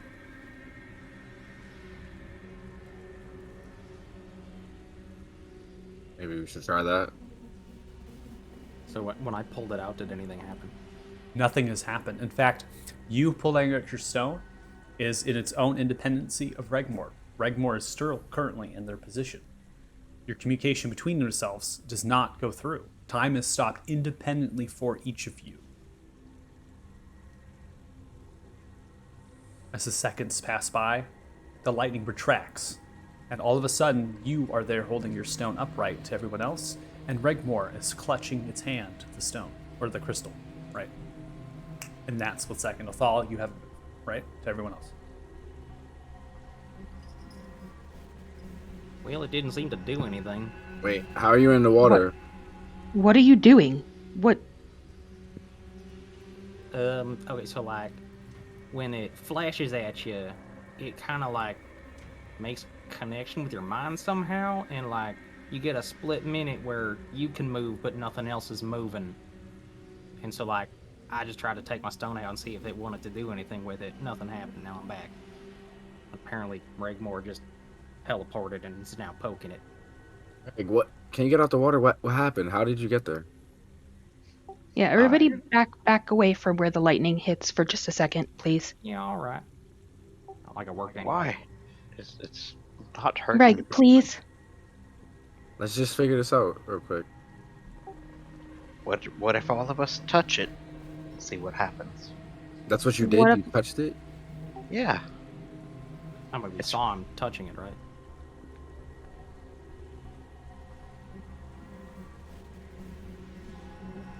And Wait, what you happened when you touched it? Did you feel any sensation or anything?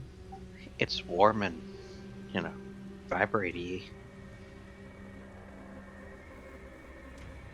Okay, so you touched something before and you got electrocuted, and this time it's vibrating.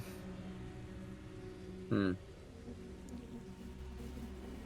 don't really know what to do here, guys. The lightning Mr. erupts Othala, again. can you identify this? Lightning erupts again. This time only striking Regmore. Regmore, you are suspended in time.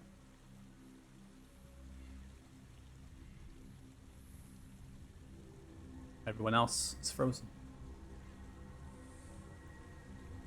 Glows and hums within your mind, bounces through you. It feels as if it wants you to request something.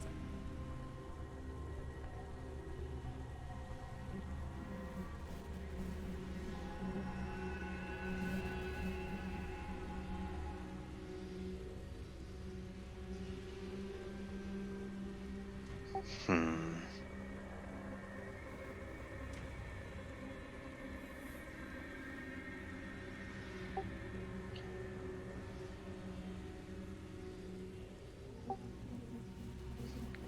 Can you help us?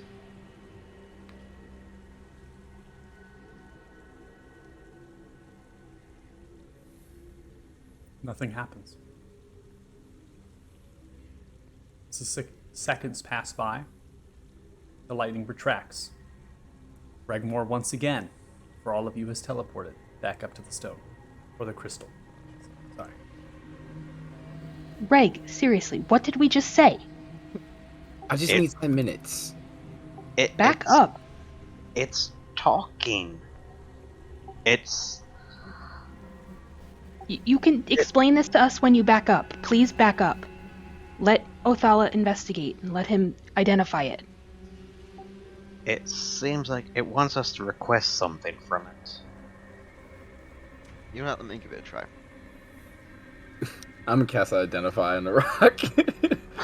I got a ritual cast that I don't have it prepared.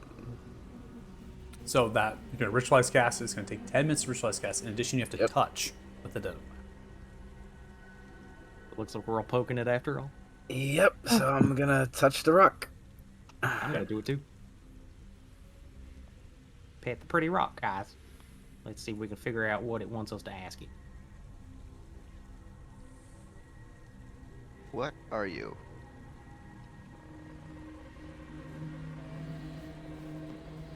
No response. Well, it hasn't zapped you yet. I know, but still, interesting. Lightning explodes out of it. The same purple and pink cackling lightning as it emerges from the crystal, strikes into Dirty Joe, Costas, Regmore. And it'll be Othala. Othala, I'm assuming your token is next to it to cast the Identify. Yeah. All four of you are independently frozen in time. Crystal glows and hums within your mind. It bounces through you. And it feels as if it wants you to request something.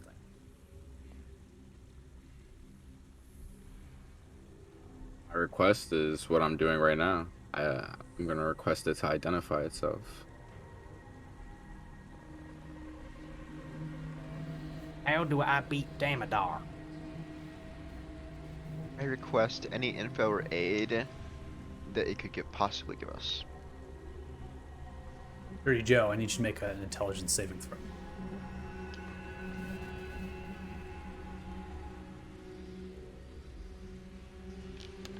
He is within my aura.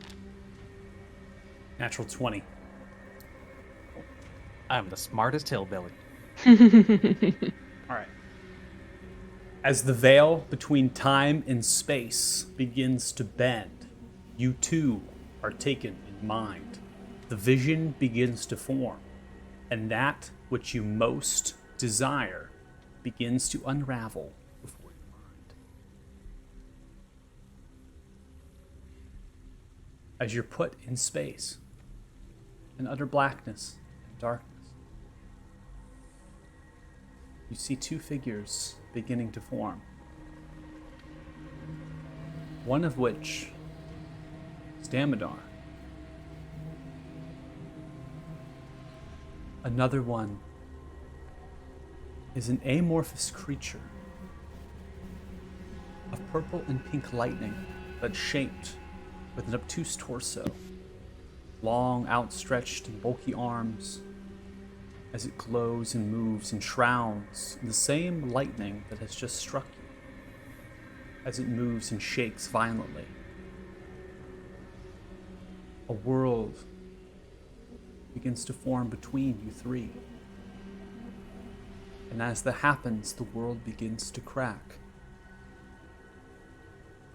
A voice begins to form and simply says, "You will have to choose." As that happens, for everyone else, even after your request, time continues as the lightning retracts. You see as Dirty Joe is shaking violently as their figure is humming at the same tune as the crystal. As the vision begins to fade, the lightning strikes multiple different points into Dirty Joe, and the humming stops, and they too are back in space.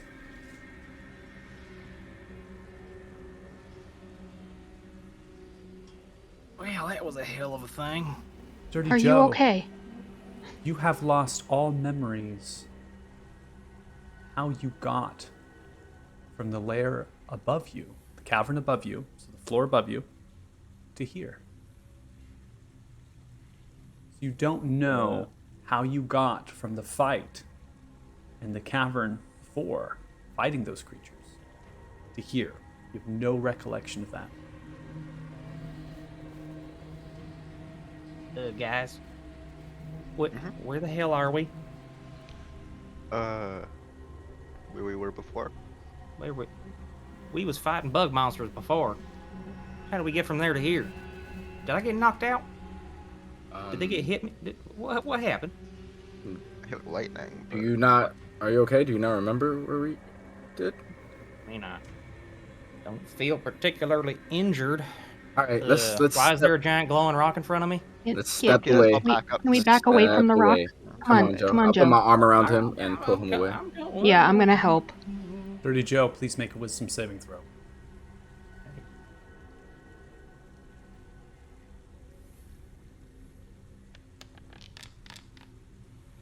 I am 7. not the wisest hillbilly. Dirty Joe, you fall unconscious as you begin to bleed from your nose, your eyes, and your ears. The memory Oh, no. of for your lucky. vision. He's frozen. Oh no! Fake is so serious. I'm here, I Find out swear. next time. Oh, there you are. I'm here. I heard everything. It's just blips of the upload. So I'm still here. So if you're watching the stream, apologies, you're going to lag out. But I'm here. Okay? So if I lag out, do the same thing you did. I'll make you just keep me aware of it as we go. Mm-hmm. You know what? So- This seems pretty momentous. I'm gonna burn a lucky point. Okay. I have a feeling I don't want to fail this. You can burn a lucky point if you want. I'm gonna learn. I still got 3 left for the day, so why not? Make another wisdom saving throw. Go for it. All right, that's better. 18. You still bleed from the eyes and the ears and the nose, but the bleeding stops and you stay conscious. Your memory of how you got here now comes back, as well as the vision you have just felt from the crystal. He's Fuck it, bleeding get away from the that eyes. stone. I'm literally dragging him away Yeah, from yeah, it. I'm helping with that. I'm grabbing his legs and I'm gonna help Over him lift here. him away. Stand on the Back side here, of the back rock. Do not stand in front of the crystal. Reg, move. Yeah. Cross this move. This way, back behind the big pillars. Wow, damn. Anybody got some booze? I could use a shot after that. So yeah, ow, damn, my head hurts. I asked it, how do I defeat Damodar? And it like flashed me into a vision, kind of like the stones do, but like I was just kind of lost in blackness. And I saw Damodar, and then this like giant cloud of like lightning energy and dust, kind of like this big ugly rock right here. And they were like building a whole planet or something, and then it cracked in half, and I heard something ask me, "You have to choose." And yeah, that's it. That was the first phrase that you heard in response to your question of how do I beat Damodar. You will have to choose. And and it showed me them like cracking a planet in half or something. Yeah. So, yeah, about that drink. Unfortunately, I don't carry anything on me. Sorry. And I don't have. Is there anywhere else about this room? I don't think we should stay here. I agree. Yeah. The water is flowing in towards the center crystal from each one of these 4 points. Correct. Actually, walking around the perimeter, I'm gonna be seeing if I can determine if there is a way out of this room. Yeah, you can make a perception check or investigation. Okay.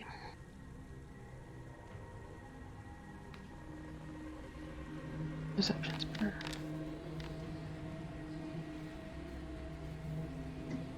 29. As you are trying to find another passage, the waterways are dark and murky.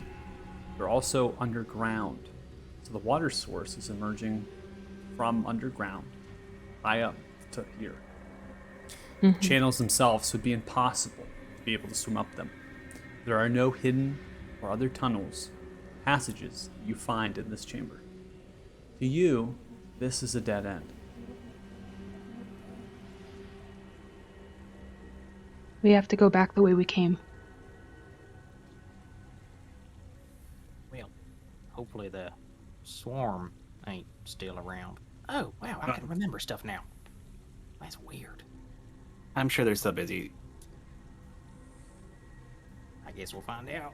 We'll have to go the other I'm way gonna- around to that tunnel. I want to try something, guys. What do you want to try? Please explain what you want to do before you do it this time. In detail. I'm asking the crystal if it can show us the way out, or asking the crystal to show us what Damodar is after. Yeah, I don't think we talked to that crystal Do, anymore. do you see You look what at- happened to Joe as I like take Joe's own arm and I'm like wiping the blood off of his face from his eyes? Okay, before I make a response, how, like, messed up am I, other than being slightly frazzled and maybe with a splitting migraine? You feel okay. You have a slight headache. This is not unfamiliar to the bleeding you would see from like different little dribble of blood from the nose, from the ears, and the orifices. But it's not like pooling out of them and not losing blood. It's just seems to be some vessels have popped. Guys, actually, I think I'm with Reg on this one. We came down here for answers. We sort of got one, but we need to know more. And honestly, after the initial shock, I've definitely been worse for the wear after some of the bar fights back home. I think I'll pull through okay. This thing doesn't Alright, actually cool. seem malevolent. Let's go for it. Yeah, you guys do what you want. All right, I'll be over here. You often bleed from the eyes during a bar fight? Well, yeah. You ever getting stabbed by a fork or something? I've been People stabbed chuck by a lot of spoons things. around? Well, there you go. Sometimes you scratch your cornea a little bit. If it's like a bar fight, then I've experienced it before. So, Cassus and Regmore approach the crystal. In moments, the lightning explodes outward, striking both of you, independently frozen in time. As it begins to glow and hum within your mind, it bounces through you. It seems to want some sort of.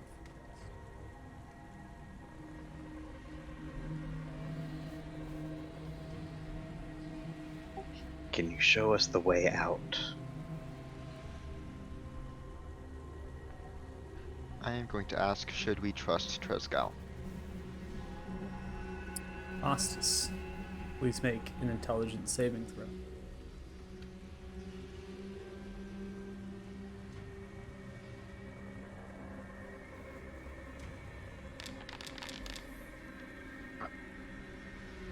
Natural 1. To be fair, that would be a 6 with my charisma bonus. The crystal glows and hums within your very mind. It bounces through you and begins to pierce the fabric of your memories. As the veil between time and space begins to bend, It ignores all requests you desire, and instead begins to form its own vision. The vision unfolds and shows the lifeless corpses of your friends. An elder great red worm stands over, squishing their lifeless bodies in a chamber filled with gold Oh, and do it steam. down. DM down. I'm gonna come back. Am I back? There we are. You're back. Yeah, it's like split You're second back. things. All right, start Lifeless again. bodies, red worm. We're gonna start. The vision unfolds and shows the lifeless corpses of your friends.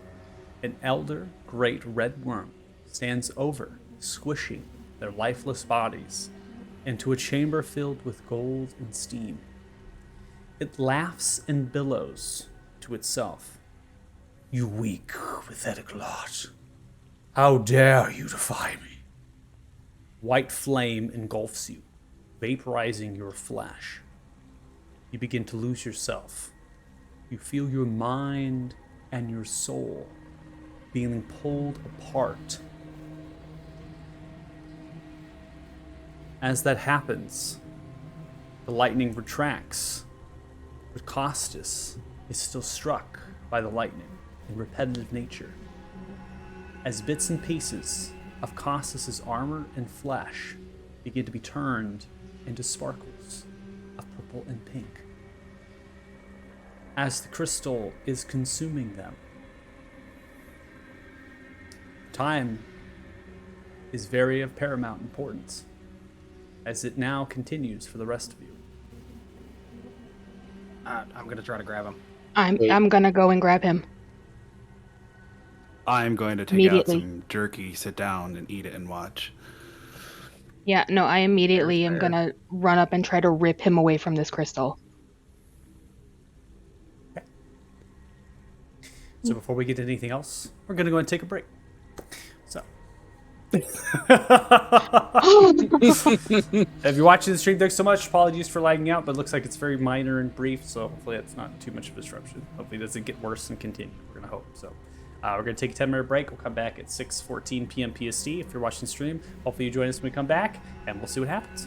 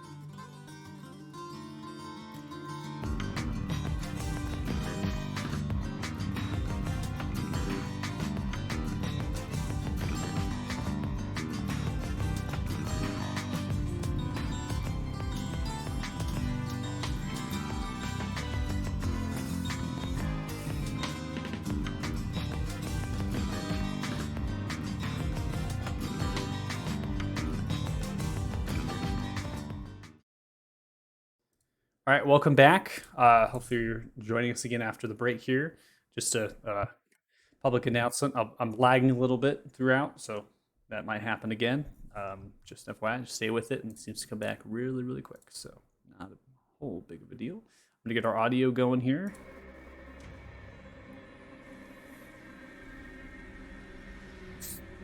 So, Dirty Joe and Thea working together to pull Costas. I need you both to make athletic, or I need one of you to make it with advantage. One of us? What's your athletics? One of you can do athletics with advantage, or you can both roll separate athletics. I've got a 14 net. I have a 13. So you Let's just advantage? both try. Okay, we'll both try. All right, both of you roll athletics. I have a mage hand coming from Felix. Is this because you're eating your jerky? Yeah, I'm using the mage hand to feed myself. All right, so we have an 18. So that's what I'm going to take. So working together and pulling Costas away, you begin to pull them out of the lightning, and as such, you get them out to a space. I'm going to move your tokens. Like I would continue dragging him so that we are no longer in the area that it was affecting people standing in before. Like we noticed that standing, yeah, just So all the way back as far as you we can. continue to drag them. Costas, you are unconscious. You're bleeding from your eyes, your ears, and your nose. Your eyes are open, and you're rolled back into your head. You're unconscious. You are vibrating with energy, and your armor is ruined. Oh, Your armor is unusable, and your flesh has been dissolved and pulled apart. Your Is he hair dying right now? as well. Unconscious? You can roll a medicine check. Oh, no, I'm gonna cast. Yeah. I'm gonna point at Costas and cast Spare the Dying. Okay. I was gonna cast That's Cure Wounds on him. Okay. Where is my Cure Wounds? I haven't done this in a while. Else Cure Wounds. Costas, in your mind,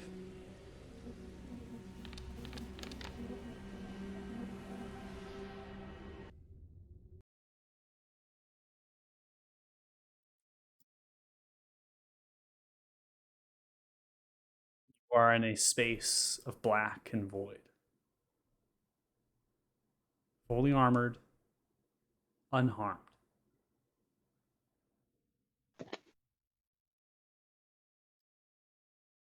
You can hear a voice echo from the ethereal darkness around you in a full circle. This voice. I am the old one.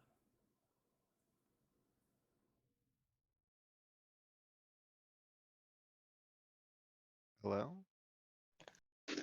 Chosen one. It is not your time.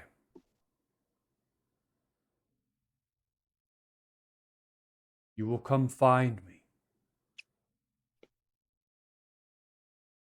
Isle of the Blessed, in a place called Felgum.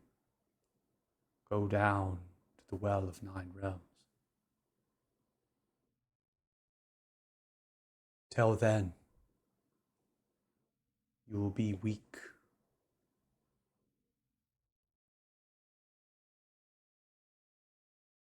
Twin crystal of the other world demands much.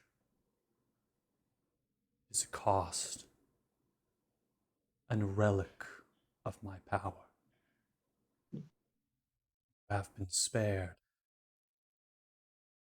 and you will return healthy and full of life. You come. There is nothing else I can do for you here.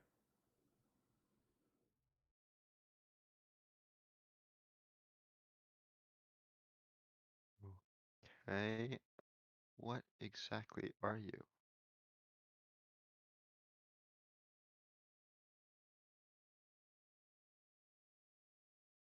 I am an entity that is not held in the bounds of time,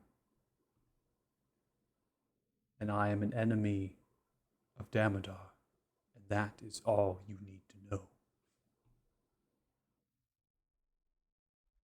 Your eyes roll back, and you are now conscious, no longer in that state, and you are here with your friends treating you, tending to your wounds. Your hair is partially missing, your flesh is deteriorated, and your armor is ruined. You also feel weak, as if your strength has been lowered.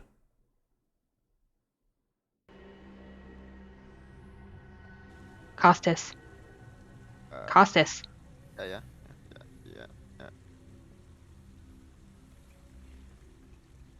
Well, he knows who he is anyway. How you doing there, buddy? I do not entirely know. Care to elaborate on that? I'm gonna kind of try and look, get like a bearings of what's going on. Like, how bad is the damage? It's bad.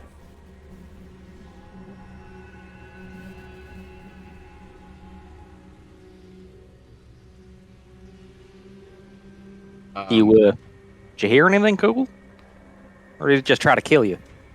Yeah, I did. I talked to something. That's about as specific I can get there. Seems very powerful. Seems to not like Damodar.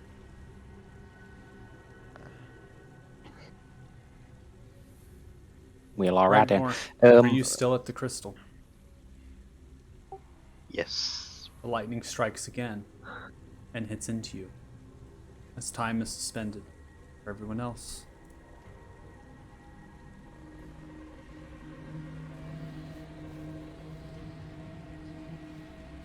Crystal glows and hums within you. Your very mind bounces through instantly. You want some sort of request. Can you show me what Damodar is after?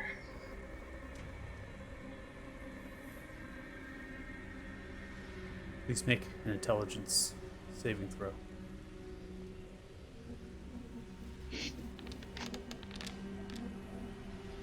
Funny.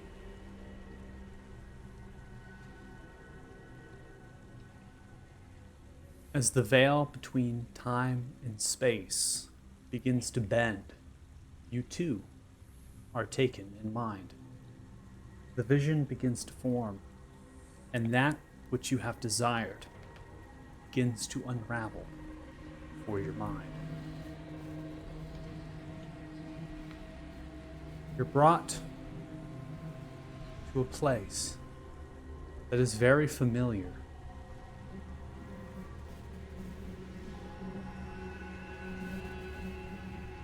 Sandy beach,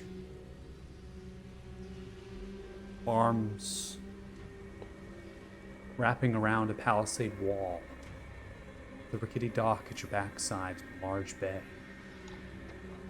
the wind hitting across your flesh. You can see there are numerous humans, half-elves, people farming. Palisade gate open, straw thatch, single and two-story structures, a community.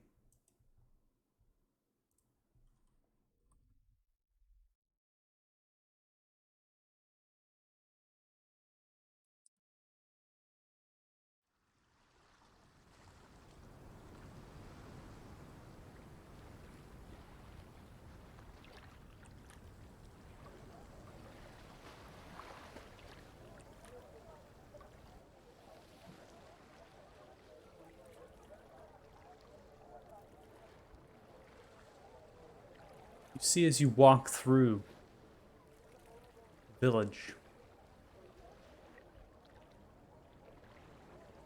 guided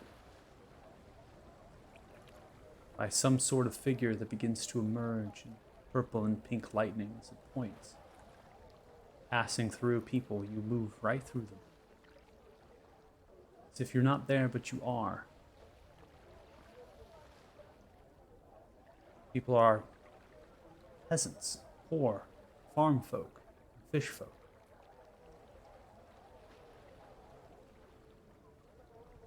Takes you to a single story, sandstone rock walled building. Small circular windows, metal rusted edgings, and a door that is falling off its hinge made of wood, cast iron handle. Tells you to go through the door. Reach the handle, but your hand passes through. So you simply walk through. Inside, you see a small boy with brown hair, green-blue eyes, a fair face, human, wearing a loose wool tunic, many rips, small brown trousers with suspenders, light black sandals, next to a human female with brown to auburn hair that is slightly curly, similar eyes, as they both match, as if this boy is their son.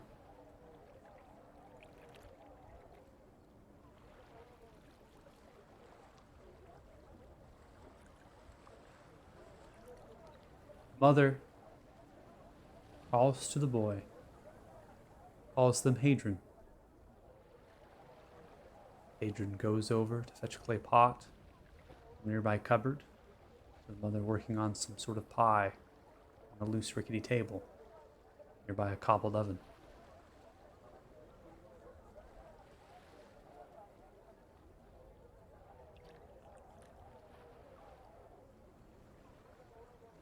A knock on the door.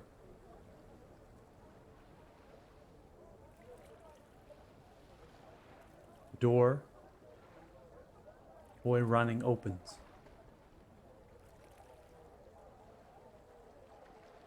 Staring is an armored figure wearing a surcoat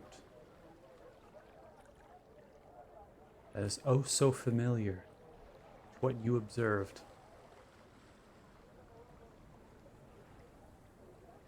long ago when this campaign started. Surcoat resembles that of the Talthars. Heavily armored figure calls out that they are searching for children of Hadrian's particular age. The mother moves, holding out their hand. As the screams and cries begin to echo out. Once was a beautiful day. Now hear them. Horses running in the streets. Innocents being killed or moved. The mother casts magic. The soldier. Fleeing spell paralyzes them.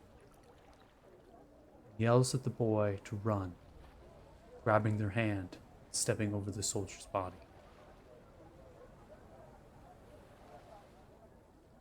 The boy speaks.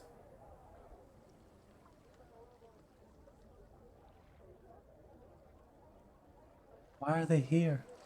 As they're running down the street and you go chasing them through the chaos.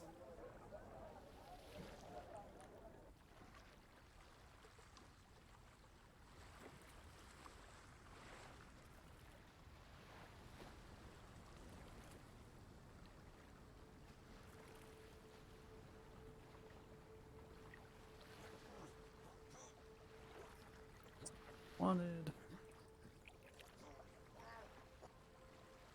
Second.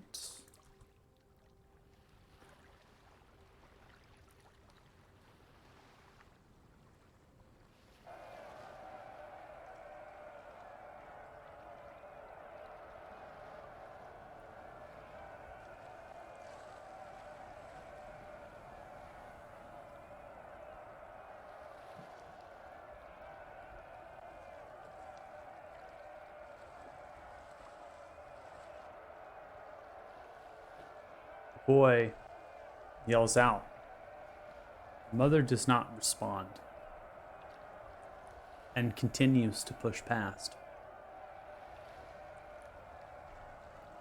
As the chaos is moving through, as they're pulling the boy, soldiers on horseback become apparent, but they're everywhere. They're filling in on horseback, getting off, kicking down doors, breaking windows, grabbing children, the same age as you believe Hadrian to be.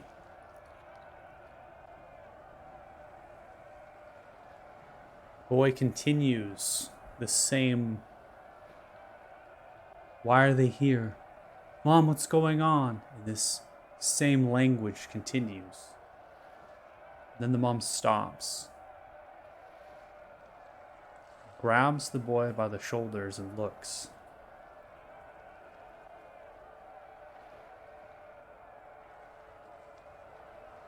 Adrian, look at me. They're here for you. They're here for you. Soldier comes out, kicks the mom to the ground, grabs a weapon to swing at the mom. Mom holds out the hand to cast magic. But an elf with brownish blonde hair, freckles in the face and green eyes, and a beautiful piece of mithril armor that is exactly the same as you have seen before, parries the blow, stabs into the gut the soldier, and then chops the head clean off with smooth and precise precision.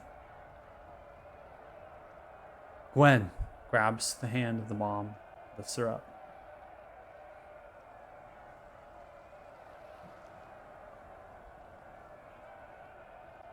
Magello sent me.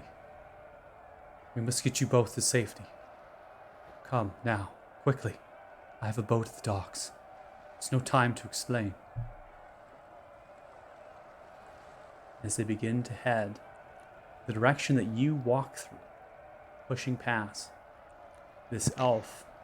Michael, you're frozen again. No! I'm coming back, I swear! I'm back? All right, you're back. I'm back? Okay. Yes.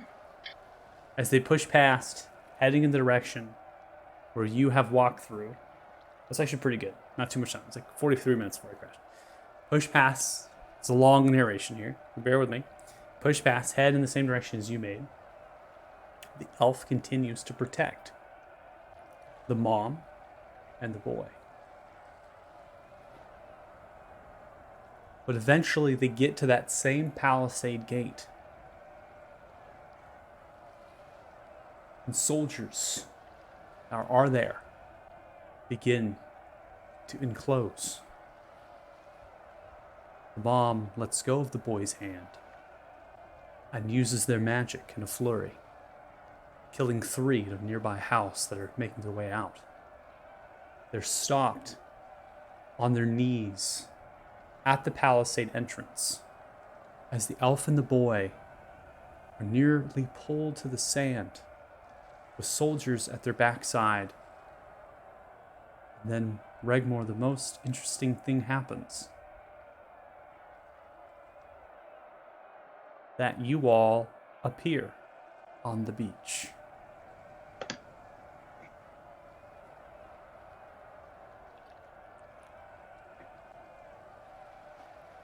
Vision begins to end, and it collapses around you.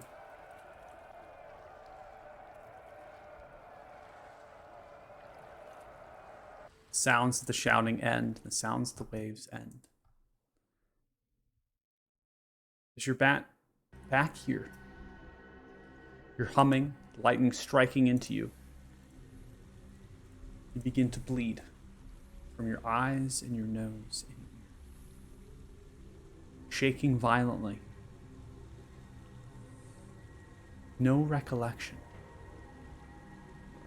how you even got into Facile Throck, into this place. The last 4 or 5 hours gone. Still shaking. Bleeding continues. I need you to make a wisdom saving throw. I'll pull Reg as well if I start seeing that. Okay. Natural 20. The bleeding subsides. You don't fall unconscious. And your memories return to you quickly. The vision you've just experienced, fresh within your mind. Regmore, you're pulled back over by near Costas. By Othala, dragging your heavy dwarvish body. I don't know how that happens, but you know what? I try very hard. It takes you a while.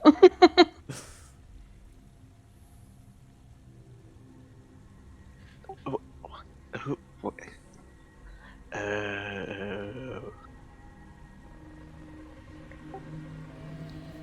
Ow. You good? You with us, buddy? Bro, I got a splitting headache. What'd you see there, man? Oh, lots to.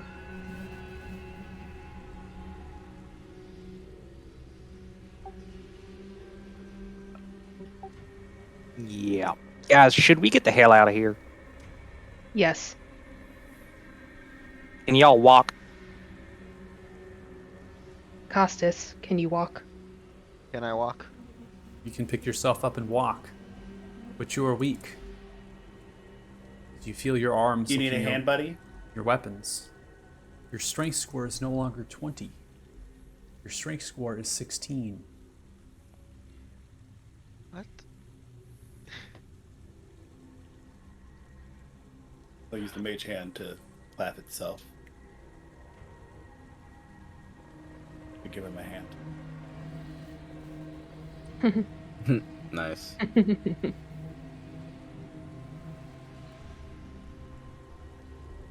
Maybe you should use the Bane as a cane for right now if you're not feeling easy. Yeah, that seems like a good idea. It's unclear to you at this time, if this feeblement, if it's something that is permanent. But what you have experienced from the old one would state that it is, until they can cure you.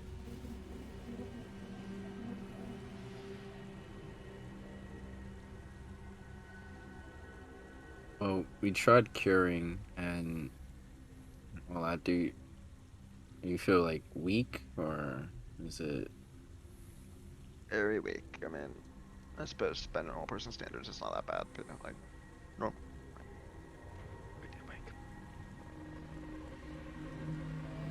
Yeah. Well, at least you're not maimed at the moment, so I guess least you're back not- up the tunnel. At least you're not disintegrating anymore. Yeah, Yeah, true that. disappearing. So, all right, this is a weird room. Yeah, let's get out. I'll take the lead. Costas, you should stay between people.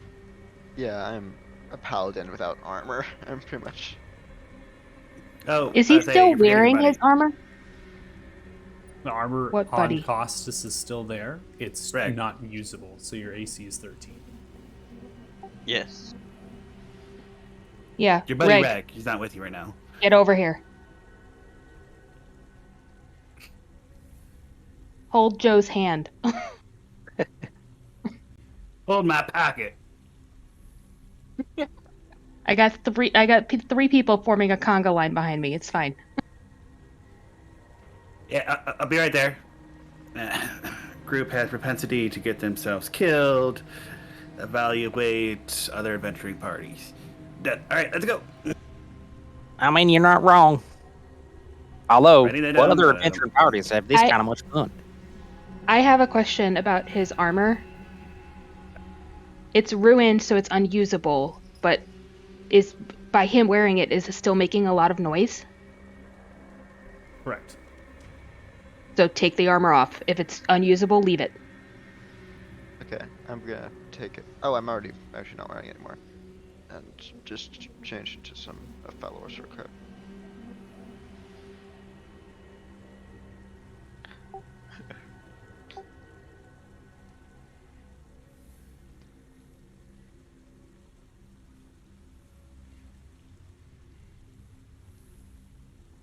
Okay. And then start making our way out. All right. I'm gonna speak in my mind. It's a long shot. I'm gonna cast divination, and I'm going to speak. Would this room help us in any way unlocking Thruzgol?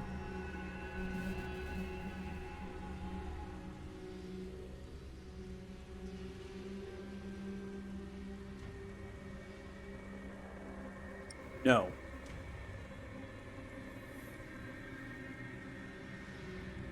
Okay. I And I'm gonna don't keep that to know. myself. I don't know if you need divination for that one. But got it. Just to be sure. Just to be sure. Gotcha. By the way, I don't Crossing think we should. T's. I don't think we should trust the dragon. You think? I mean, like part of what I saw was, I don't know if it was directly related to that, but it might have been. As the conga line is leaving, Reg will lean over to Athala to whisper to him in a low tone. We'll need to talk after when we get safe. Or you saw something. Yes, and it changes a lot. Okay. We'll talk.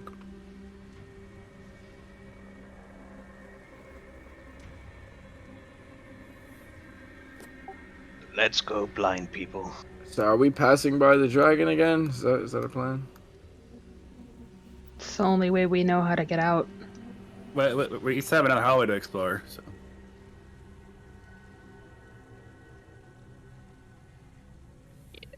So, are we heading back up at this point? Go back to the hallway where they have that those rocks that collapsed right outside where we encountered them. Mm-hmm. Gotcha. So you're going essentially south here to this cavern here, and then you're going to be making your way back to where they were chiseling out the crystals from the rocks. Is that what I'm hearing? Yes. So. Oh wait. What am I looking at? Yeah. Yeah.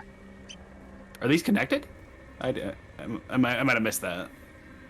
Yeah, they are connected. We went around. All you did is go around. Yeah, no, I had looked through before we went through that tiny tunnel, and I realized that they were connected. It's just we had to go around because this was unstable. Rockfall. Okay, never mind. I'm sorry, I misunderstood. Yeah. That must have been when I was away. I think so. Yeah, I think you had stepped away. Okay. So it's essentially just an auxiliary way to get around it, right? And it seems to be made this way. It could be a number of reasons of why.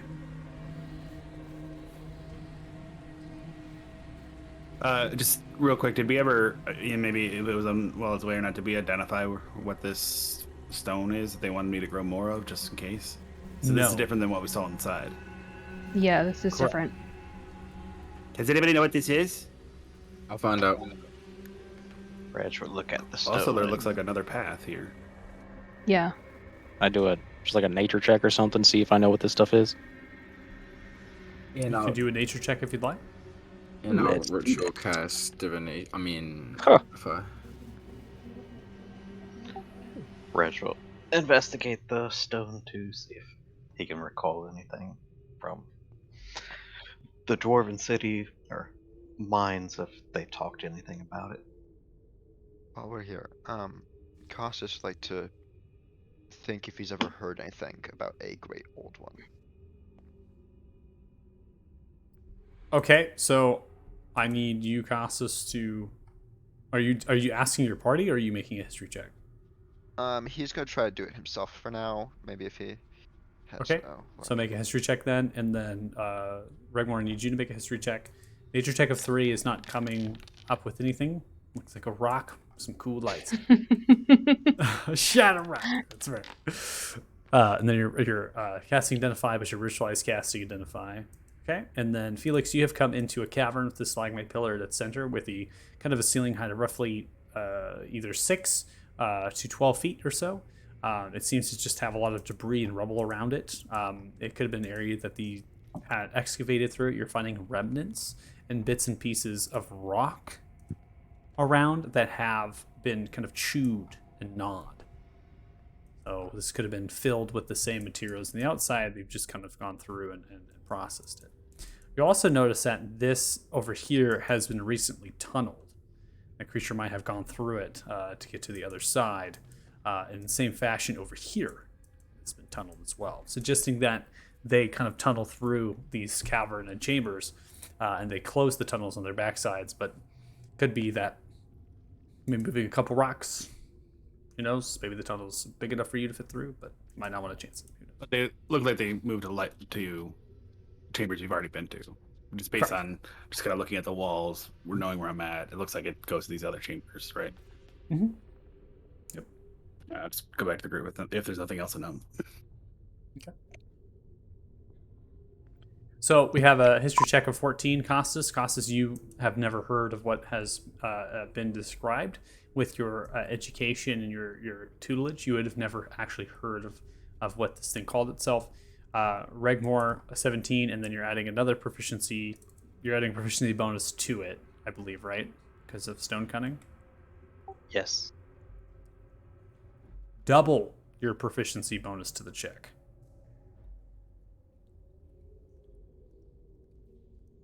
You are considered proficient, and you add double, so you're going to add plus 6 to the 17. Correct? Yep. So 23. 23. Okay. You have familiarity with this based on where you come from. You've actually dealt with some of these creatures before. These creatures harvest this crystal from this black rock. Black rock, in your tongue, loosely translates to common. To volcanic rock, right? It's just a kind of a general term for like what would be an obsidian or pumice or basalt, something of that nature. And the crystal that's inside of it is actually crystal that can be sustained in lava. It does not break apart. It is immune to that effect. It comes up with the activity from under the lava, and then it fills in with the stone and things and is cooled down and is trapped in this. And this stuff is found where you come from, in areas with high volcanic activity.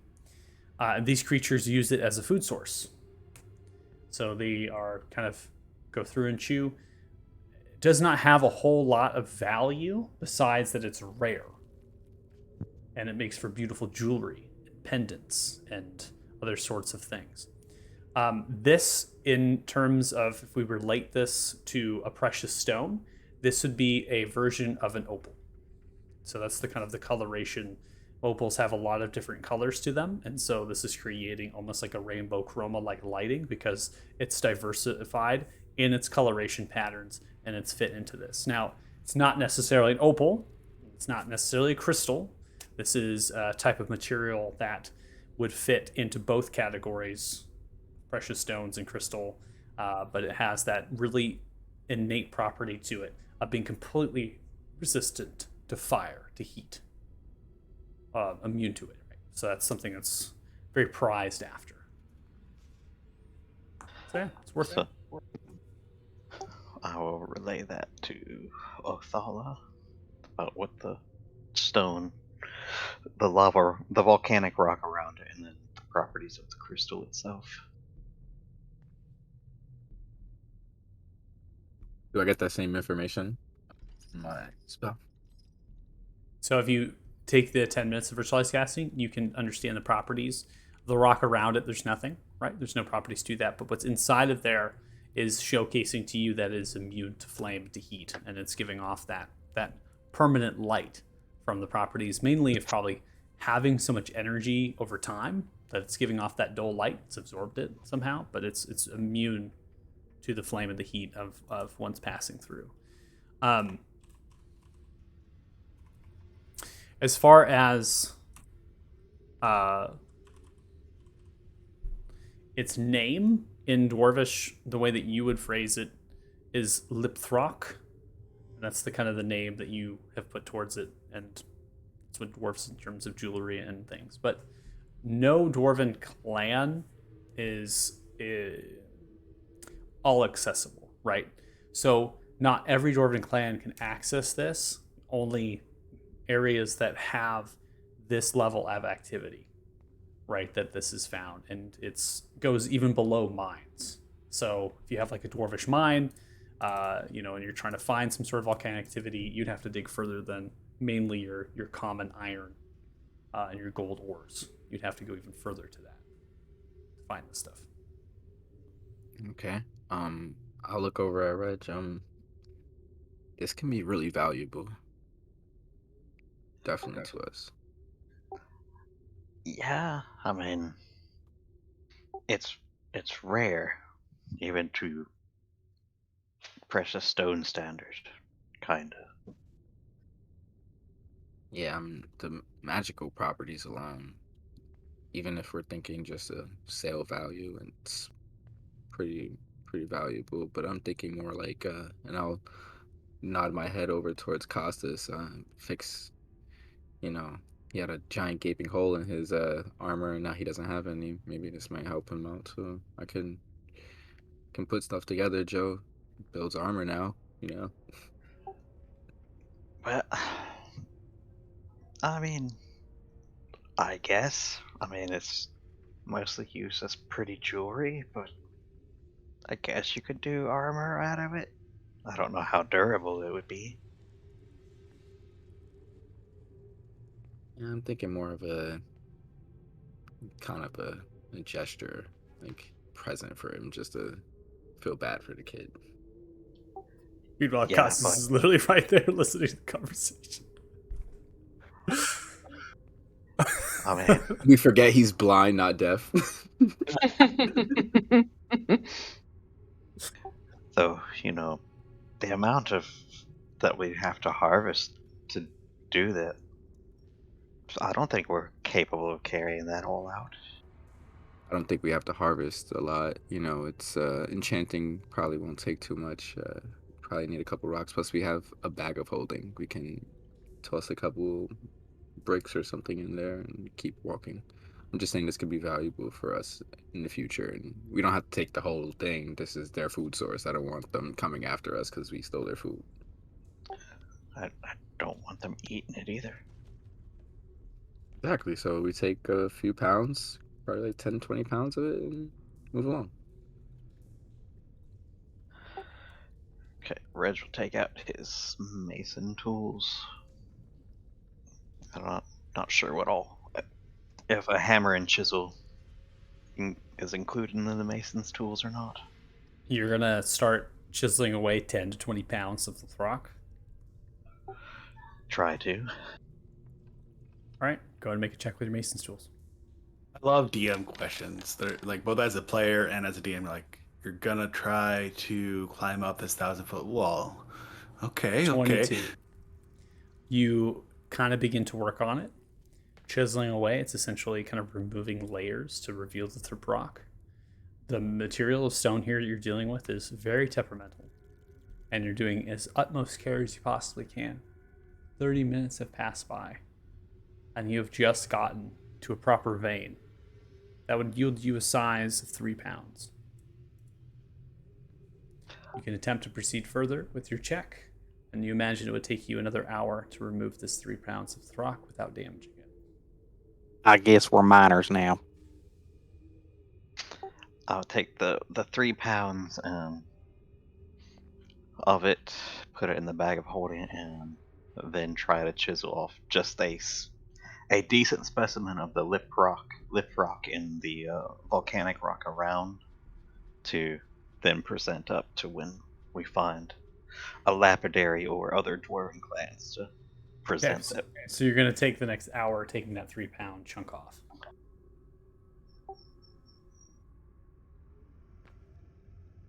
It's Yep. very, very temperamental material. You're going to take time with your tools here. You're going to do that? Everyone going to wait? Guys, we should probably move on. I think we need to leave.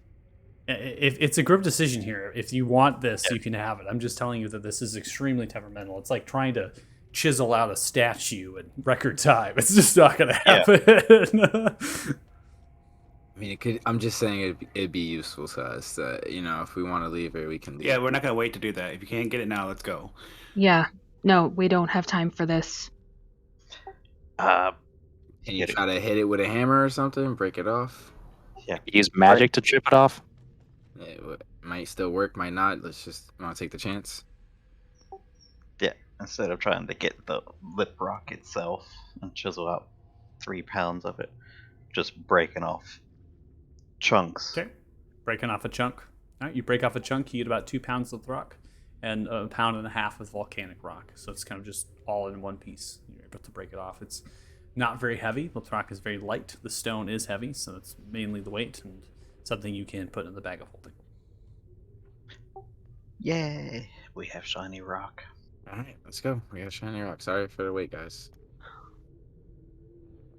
Let's go. All right. Sorry. So I'm no need to get into moving your tokens here. I'm assuming you're heading back up to Treadskull's prison, right? Because that's really the only way out of this place is to go back to the rabbit hole we found ourselves going down. So I'm going to go ahead and activate that, but I have to ask, how are you getting up the chain? Both ways. So there's one 310, and then there's the one that's significantly less. Are you going to attempt to athletically just climb up that? Are you going to shape again and help them, or either shape again to help them if we don't expect to get into much trouble, or summoning giant bats. Use my last conjure animals to do it. Okay. I'll take your last wild shape here. So we'll use all of your wild shapes because you did the giant bat, and we can do something very similar. And you're able to ferry your party up to this particular map, which is exactly where we went down the rabbit hole. So you've made the 2 ascents, and now you are inside of this cavern with the gradual descending backdrop towards the hole as your backsides, and then the crack in the earth in front of you, and you can see the great elder blue worm in front of you. And I will maintain the great bat, or the giant bat form, because knowing that we'll have to ferry back across that lava pit again. Okay. So we're just I'm hopefully Felix will talk to him while we just walk through the room and get out the other side. Dirty Joe is completely blind. Dirty Joe, you're gonna light a torch. Joe's holding on to me. Yes, I'm part of the ferry. All right. The ferry of invalids over here. Yeah, I'll be joining. Where are you going? I'm so sorry, bud. Did my my friends Numberhulks they bring you up the food? What? Bunch of creatures didn't come through with food. No. Oh, they must have went to the wrong chamber. Let me go get them. I'll see you in a second, bud. Felix Benicus.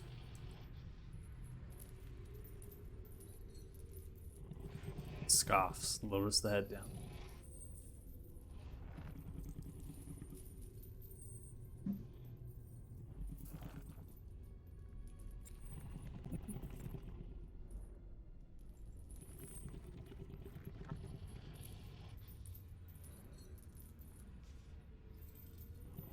So you're gonna ferry them across?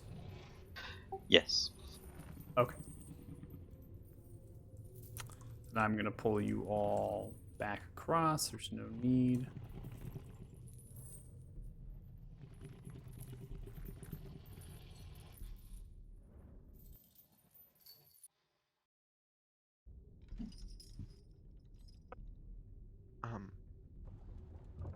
Do we want to keep exploring?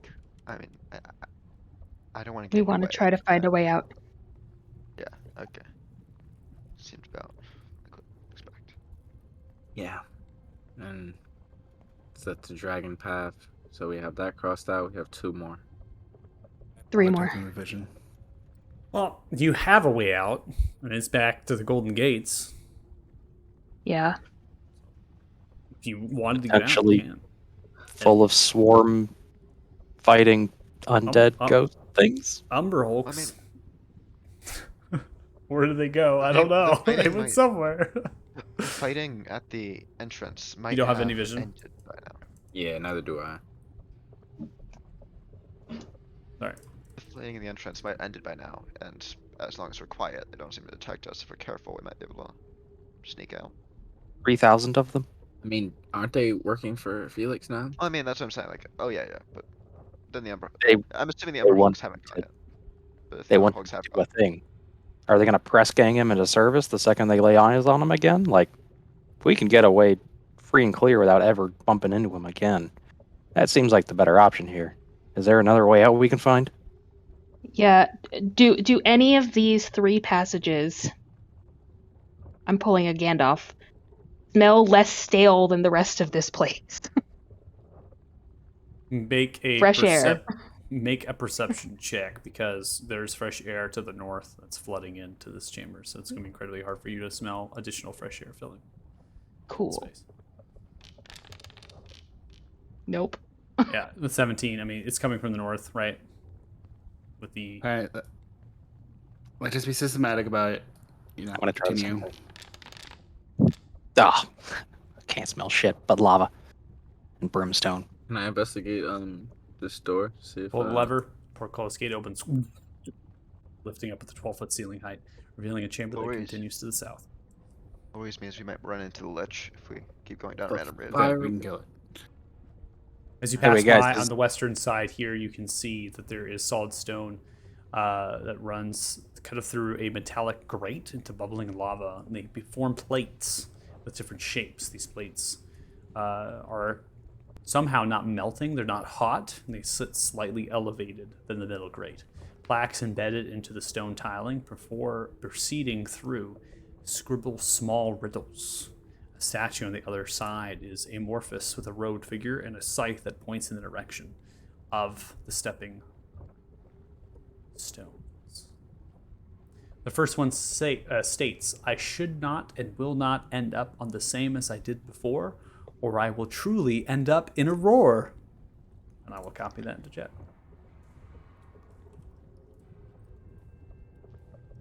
How high is the ceiling in this little tunnel? I should not. 12 feet.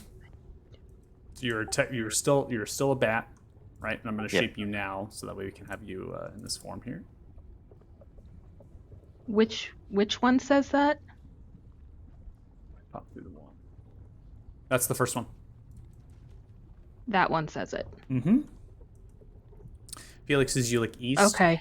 it is a metal reinforced glass balcony with a metal railing that sits over top a body of water about 10 to 15 feet below it, and a well protrudes 2 feet from the water level, made of stone. There's a metallic plaque that sits on the railing with scribbling of words. Reg will poke Thea with Uh-huh. one wing and then gesture over to the other side. Yes. As if to indicate that if he can go across.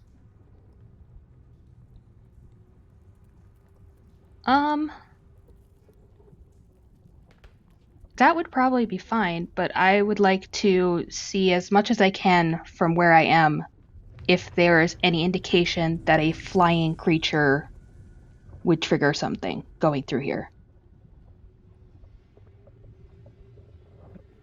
Second.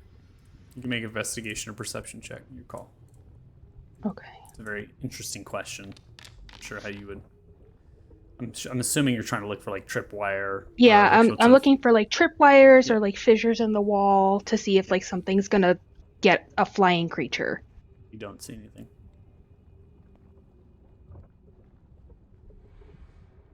Okay. I think it would be fine, but also I think I know how to get across this.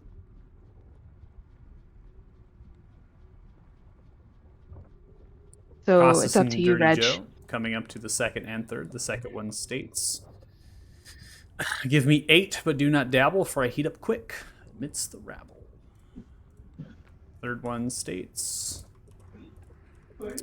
Every second it must be different, but do watch your step. For every fifth, I need something new.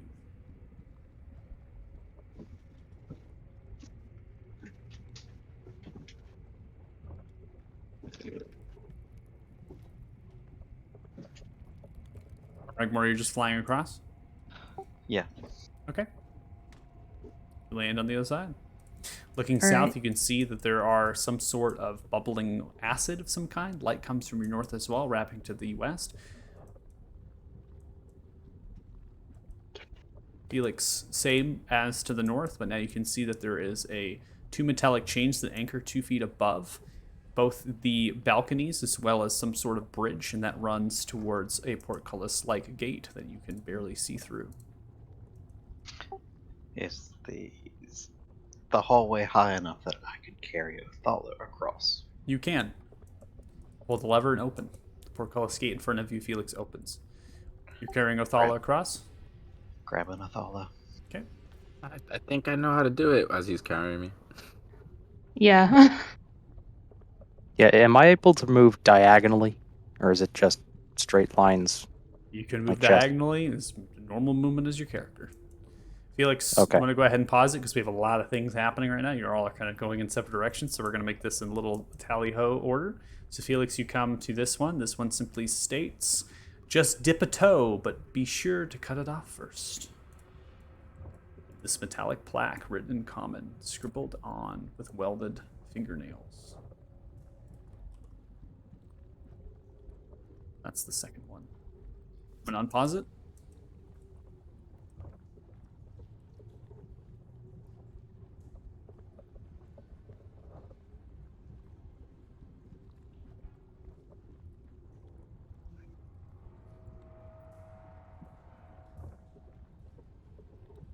Regmore is a giant bat, and you fly next to a beautiful metallic reinforced stone door with an intricate 2-keyed handle.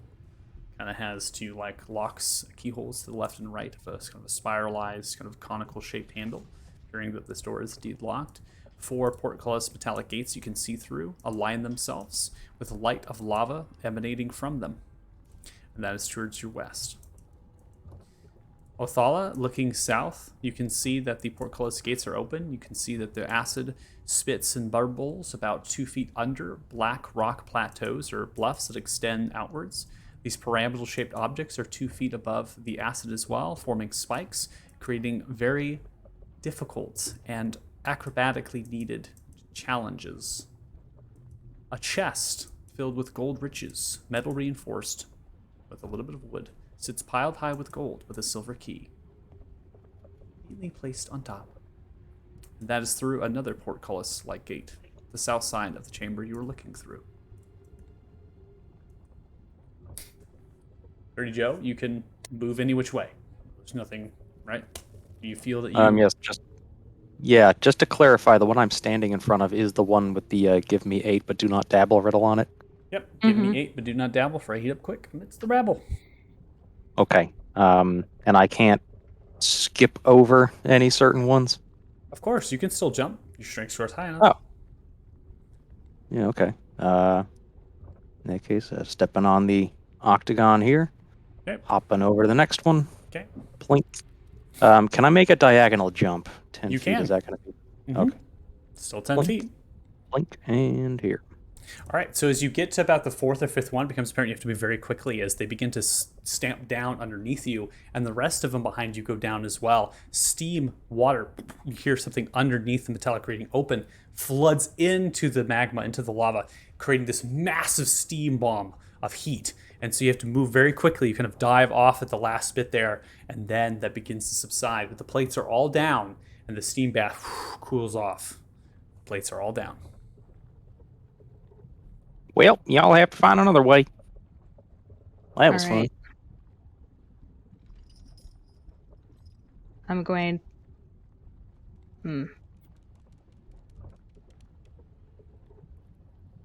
Are we all crossing this? Is that what we're You doing? you got this? I know how to get across it. It's just I'm trying to figure out if we actually should or if we try to find another way. Reg will start clicking, trying to indicate to this door. All right. So for this one, I'm gonna basically alternate circle, square, circle, square, circle, square the entire way through.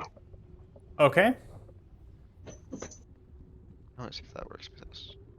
Oh, go for it. So yeah, circle, square, circle, square, circle, square, circle, over. All right. You get across, and as it happens, all of the plates go down. No steam erupts. And all the plates are lowered. Okay, which ones are left? The It's bottom just- one. Bottom one. Which one is that? They give me. Every No, that's every second it must be different, but do watch your step. For every fifth, I need something new.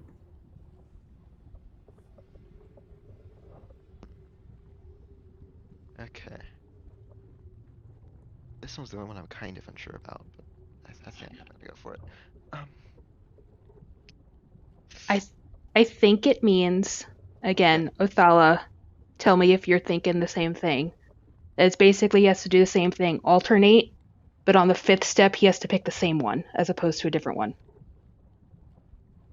I was thinking I need to go in one straight line, then swap lines. Every second must be different. You can't have. Maybe then. Every second must be different. I'm So thinking that when you get to two the fifth one, circles, yeah, you could go to. 2 circles, 2 squares, then another square. But no, you have to do the other way. Do 2 squares, circle. Or it might be skip. might have to Felix skip it. shaking I don't know. their head, watching Costas, I whose don't know. hair is missing, but our armor is unwieldable. I mean, most I strength really loss. don't- Felix just shaking their I head. really Don't don't do want that. to do this, but it Don't seems do like we have So- to cross. Then stay with Felix. You don't have to Circle, do it. There's square, nothing telling you circle. they have to do this. Stay with Felix. You can stay with Yeah, the like I'm like, I've already taken enough punishment as Costas. I kind of want him to just go home and get a nap. This is. You've had a long next to day. that portcullis gate, there is a metallic lever that sits next to it. Grabbing Acostus. Okay.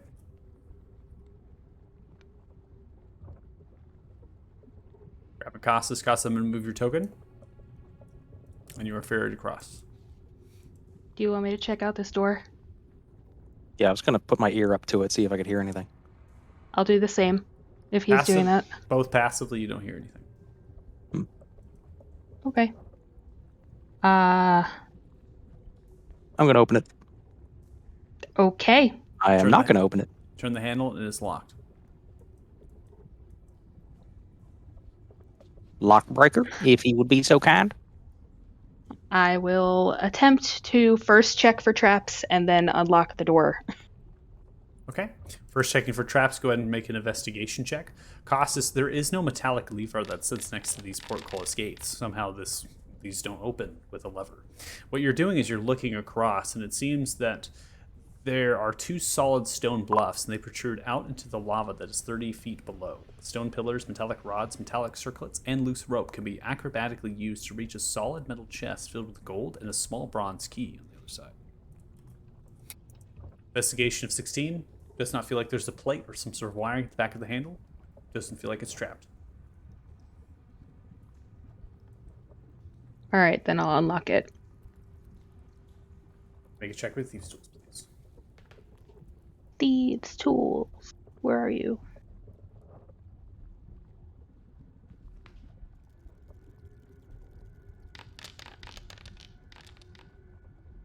21. As you put in your thieves' tools to unlock, you feel as if your thieves' tools begin to break, and you are not successful. Okay. I'm not doing that. Your thieves' tools have been spared, just barely, as you pull them back. Clicking to Othala and then motioning to the door. Yeah, I know. This is interesting. Joe, you think you can do it? We're looking across. So you said this is like all a bunch of lava and stuff, and a bunch of knives stuck in the. 30 feet am I looking below, at here? there is lava. The stone bluff, the kind of pillar, the bluffs extend across that lava that is 30 feet below it. There's also these very small bricked pillars. There are metallic rods that extend outwards of the sides. There are metallic circlets as well. And some of them have loose rope. All of which can be used acrobatically to reach a solid metal chest filled with gold and a small bronze key on the other side. However, the iron-barred portcullis in front of you is closed. It's engrooved into the stone and is slammed down into the stone. There are no metal levers next to you that you see that can open these gates. I think I'd have a shot at doing one or two of these if I, No, man. Even if we could get this open, it's just cash. We got other ways of getting cash. It's That Hell, key you know, could be it's the key. important, though. Yeah. Weren't we looking for a key earlier? I don't know, man. This seems weird that Yeah. they would leave these weird tests here, like just trying to entice us with a big bucket of gold. Like, this seems more like a trap than anything. Is there anything else back here? Yeah, what's down this one? Same. All 4 of the chambers are identical. They have the same chest, the same amount of gold, Same. and the same bronze key. Hmm. They just have different challenges. Othala, Costas, the bat, there's a metallic lever next to your portcullis gate that leads into these chambers. I'm my back. My back? Yeah. What? Yeah, You're back. you're I'm good, coming. you're Yeah, good. I'm you coming froze back. for half a second. Coming back. Okay. So next to you, Othala, the bat, and Costas, there is a metallic lever next to you that can open that portcullis gate down there at the chamber of acid. I pulled the lever. Okay. Pull the lever, the gate opens.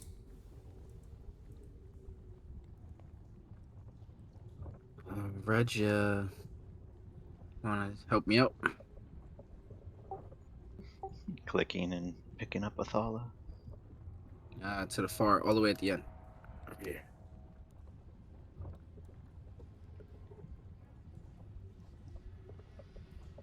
Okay, you get across. The portcullis gate in front of you is shut. There's no metallic lever next to that. Costas, you see something moving in the acid in the direction of the bat and Othala. Othala and the bat, you turn as some plant-like creature emerges, exploding outwards as it goes to grab onto the bat's wing. I need everyone to roll initiatives.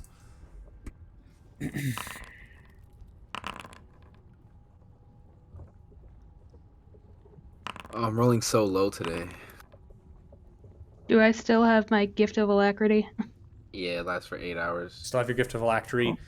Felix, in your current position, you can hear the sounds of emergence, but nothing has happened that would alert you that there is an immediate need. So there's no, you have some to work off of that something's happening, right? You can hear the sounds of exploding kind of pools of acid kind of emerging, and also the groans and the movement as the sound here is completely quiet besides the lava.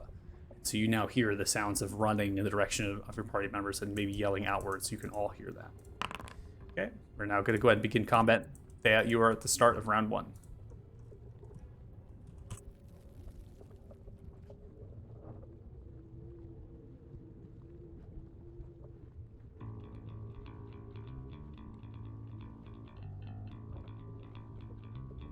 I'm gonna shoot it with my short bow Okay. because I think I'm close enough for that. Yeah.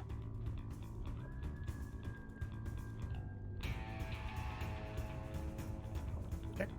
Going for a shot. 24 hits the creature, lighting into its back.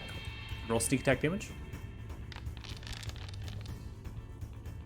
Okay. Creature takes 16 points of damage as the arrow flies to its back. Shambling mound of mushroom hyphae and vines with amorphous fungi-like head. I'm gonna call for Joe because I don't see him. Yeah, I'm still up at the other chambers. Yeah. I was gonna ask, when they pulled the lever for the one down south, did any of the other ones where I'm No. open up as well? Nope. Ah, Yeah, no, I'm calling for Joe. I don't know where Felix is, but I sound panicked, and I'm gonna go forward a little bit Okay. and turn. Ending turn. Felix, you're up next. Everything okay, guys? Oh, take the dodge action in my turn. All right. Taking a dodge action. Ending your turn. Othala, you're up next. Slime monster, and told it dead. Okay.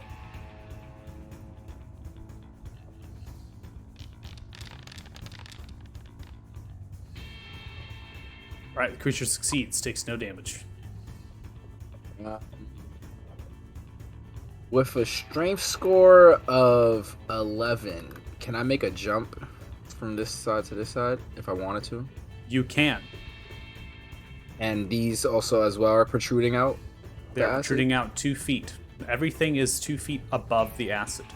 They are pyramidal shaped spikes that exist. You cannot stay on them. You have to acrobatically move across them. Okay, so I wouldn't leave his threat range if I just move on to this one, right? If I just hop onto it. You would not, but you cannot stay in that space, and you have to make an acrobatics check. All right. So in that Issue. case, then The issue Yeah, I'll here just- is you can't disengage from it. yeah, I'll just stay here then. I'll just stay my ground and then turn. All right. Come to the bat. It is level with us, right? Currently, you are above it because you're fairing. So a ceiling height of 12 feet is still there. So 14 feet to the acid. The creature is half emerged from the acid, so you're technically over it a little bit, and it's under you. Okay. Grabbing Athala and flying up. Up higher to the ceiling than trying to ferry him back across. Okay. So you're going to try to ferry across. Yes. All right. So in that case, I'm going to keep that you're mounted at that stage with all since you didn't use any of your movement speed. Are you taking a disengage as a bat? Yes. All right. You can go ahead and move, and I'll move with all with you.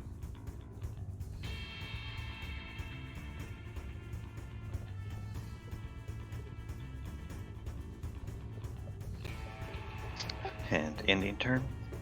Ending turn. Costas, you're up next.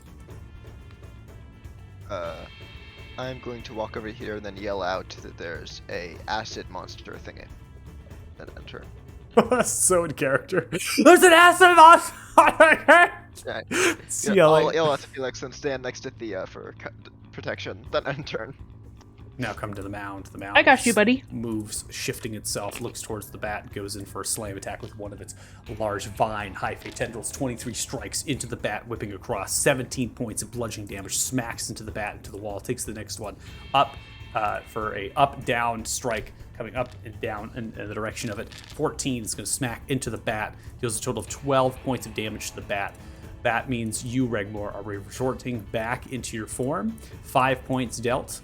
And then to the bat, and then 7 points dealt to you in this form as it transfers over. I'm going to give you the benefit of the doubt and put you in that particular position.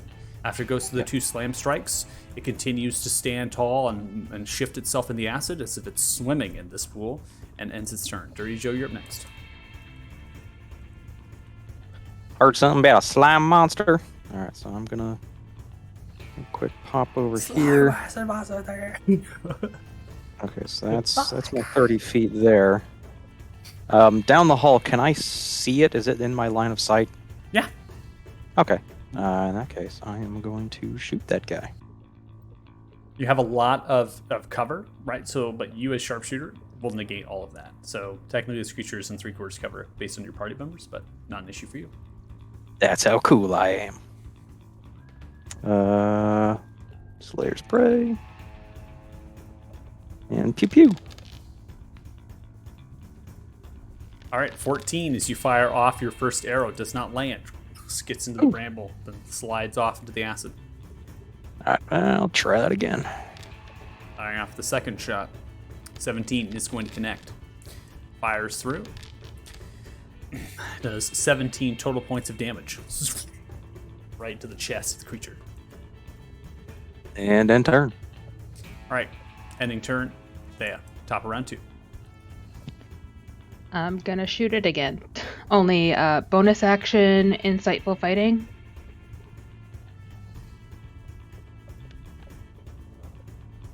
Ooh, no. Natural 20. Oh my god! This thing is like it's such a bad modifier. Oh no! Natural 20 though. It's gonna win. Can't figure it out. Okay. Cool, then I'll just shoot it again. Your maybe the whispers in your mind. I'm too cool, bro. All All right, 25 is going to hit even with the modifiers of having the cover. 6 points of piercing damage is dealt. And sneak. Or is he still in melee with the other two? He's not. Or not? No. Okay. And then ending turn. Yelling for Felix this time. All right. Felix, arrows are being fired off. You hear Costas, acid monster dagger! All that's happening.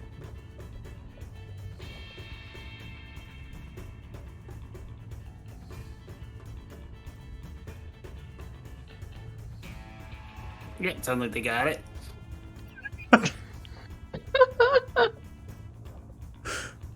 Supportive as ever.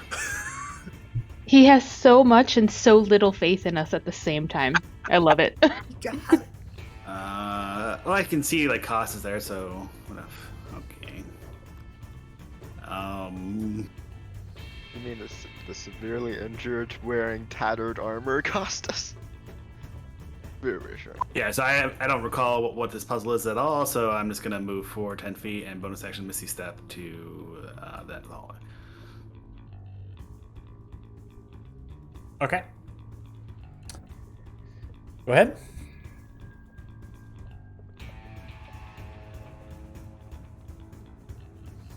Oh no, I think it's at a 3rd level to do so. I'm still gonna do it though.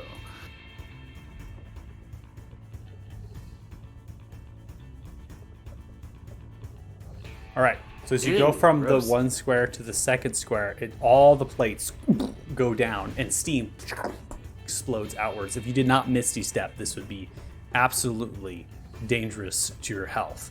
As you step outwards, even at this space, you are singed by some of this damage. As it comes and burns at your leg, you take 9 points of fire damage. That would be far more if you were inside of the steam. As you come through after finishing your step, see the creature, right? This brambles, a vine, hyphae, writhing itself outside of the acid. And Dirty Joe, you hear the sounds of mechanical gears whirring, and you hear the portcullis gates, all 4 of them, open up.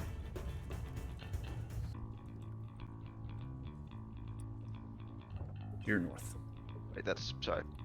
The 4 gates that we saw before. Correct, in the northern. Yeah, the northern I heard the port. gates open, and I was just like, oh, gates are open. I'm gonna go check that out. I was like, wait, combat. So Felix, you've used your movement, and you've used your bonus action. You still have action available. I still think I have movement left. I use 10 feet of movement to get there, so Oh, yeah, yes. Sorry. Yeah, you have movement available. move through my ally's space. I'll cast a booming blade on this creature. Okay. Oh god. Oh, it's in. Oh, no. Felix grabs the rapier out. A lights it with energy, swings wildly as the creature pulls back, and you stab into nothing. Pull the blade back. Exactly what I meant to do. Another 10 feet to get back there, I think. Good shot, buddy. I believe in you. I think I provoke an attack. Yep. Creature is going to take it. So you move back. Comes in for a slam attack towards you. It's going to miss with a 10 as it comes swinging around to not just attack and grab. It's going to try to grab you in an attack. To kind of try to wrap its vines, its hyphae around you through the slam. And you're able to dive, sliding underneath both your friends, picking yourself back up on the backside of Athal. Yeah, okay. Bad touch. That's it. Okay. All right. I'll go ahead and change to Athala here. Athala, it's your turn.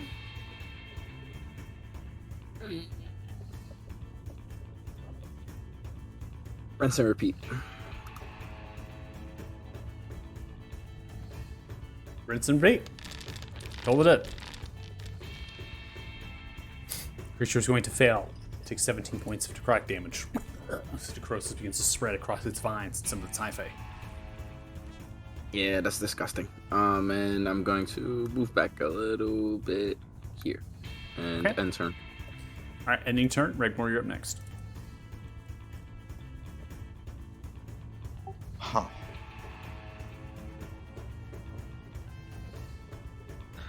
Going to Thorn Whip the giant plant monster. Fight plant with plant. All right, 26. Come across and whipping in 4 points of piercing damage dealt. Yeah. It's too large to. It is too large, yep. Stepping back. And any turn. Okay. Costas, you're next.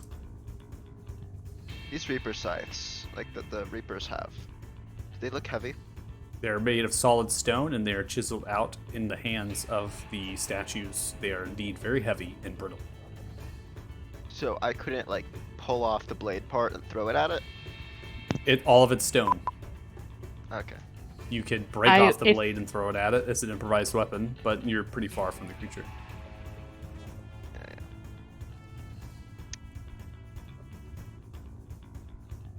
You know what, just take a bless and then cast a second level bless. Throwing off a second level bless, huh? Okay. You can shift T over the targets for the spell, so if you shift T, you can actually highlight your targets for this bless. And probably Regmore, right? Yeah, seems like his bastards. You should be able to click the spell, and it will automatically apply bless. It's not letting me do it because I'm trying to do second level, so that's... Gotcha. No worries. Modify the spell to take out the number of creatures, and you can do it unlimited. But Oh, that's right. You definitely said that. Okay, let me do it real quick. And try it now.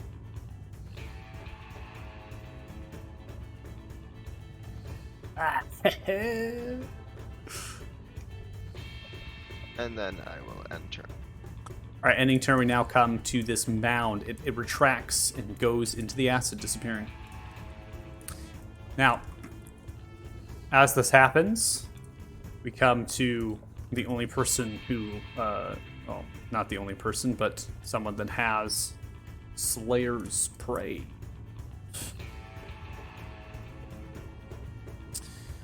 So, based on your Slayer's Prey, you can focus and you understand the prey itself, giving yourself some ability here of marking your prey. You understand where that prey is in space. The prey to you has gone into the acid, but does not appear to have gone further than just diving into it, and it's somewhere within the space. I am going to give you that a benefit to your additional to your Slayer's Prey. So, Dirty Joe, it's now your turn.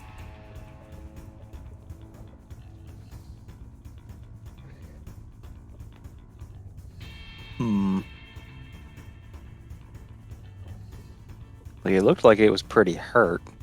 I'd like to take this thing down if I can. How far is that?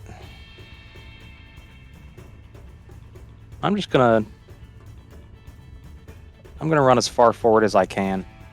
Just right up to the edge. See if I can peer down at it. Okay. And maybe entice it to come back up and try to grab me. I will. Come here, you ugly son of a bitch. Yeah, so taking your action as a dash, so you're enticing it, yelling out. Okay. I'll take it. We're going to end your turn there. Turn. Okay. There, you're up next.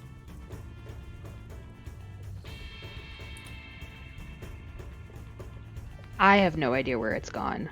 I just saw it dive back down under the acid. I'm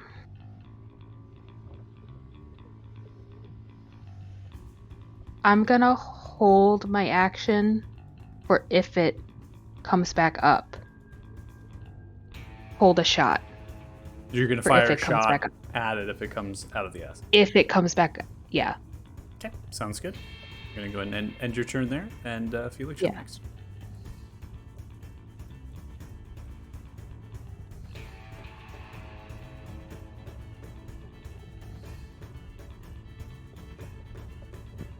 what is the length between? Is that 5 feet, 10 feet between? Like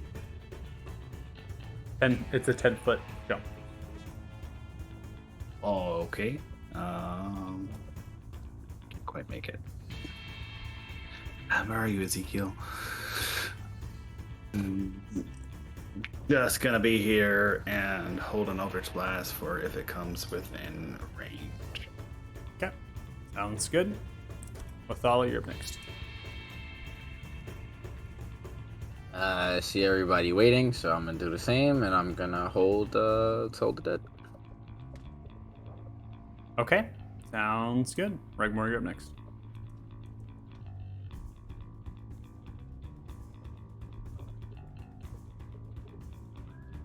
Moving up here with Dirty Joe. And hold an action till it pops up. Okay. Crassus, you're up next.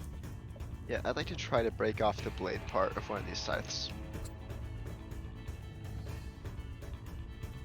Break it off the blade part. Make a strength check, please.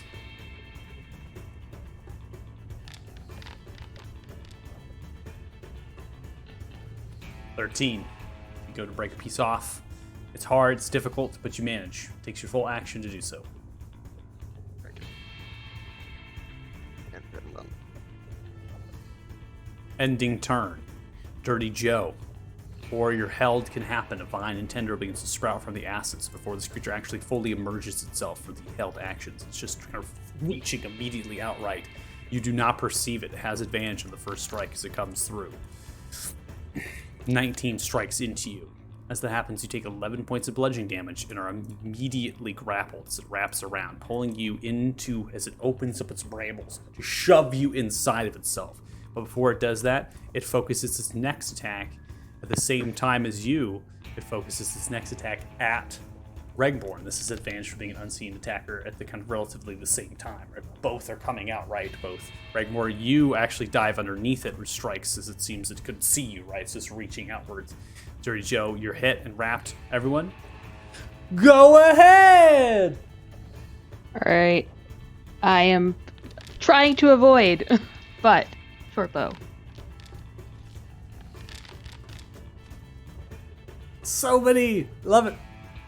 Oh, come on, give them all out. Always love a good, always good, love a good party held action. Bringing the motherfucking beat down. Oh wait, and I get sneak too. You do. Ahaha. Okay. Let me go ahead and take a look.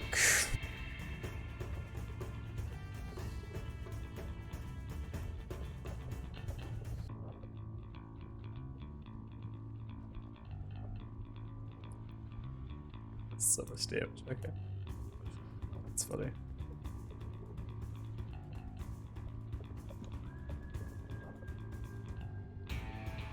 Sneak attack, 12. Alright, so for the combined effort, it's 36 total points of damage. Your first Eldritch Blast had missed with the 13, but the 20 is going to land. The Warhammer comes through with the 17. That is going to hit for 7 points of bludgeoning damage. The bow is going to hit for 7 points of damage there. And then where's the Toll of the Dead damage? Did not go through. So 18 is tacked on for the Toll of the Dead. Okay. So 18 from Toll of the Dead, 2 7s, so the short bow and the hammer, then a 10 from the Eldritch, and then a 12 from the sneak attack. So that's the total amount of damage dealt as you come through. The creature's kind of hits it and that kind of shaking through, and it's kind of pulling itself back and forth, but it's still up. Dirty Joe, you're next. You're only grappled. You're not fully restrained, but this creature is going to literally fling you into its brambles and enclose you in a restrained, suffocated state on its next turn. That's exactly what it's doing. Am I still able to shoot at it, or is that good? Is it too close? You're in melee range. It's a disadvantage, but technically you can. All right, I'm just gonna hack at it with my short sword then. Okay, so you're throwing the bow, tossing the bow backwards behind you, just grabbing the short sword off, coming for a strike, coming through a natural 20, coming through here. Total of 17 points of damage as you come swinging through.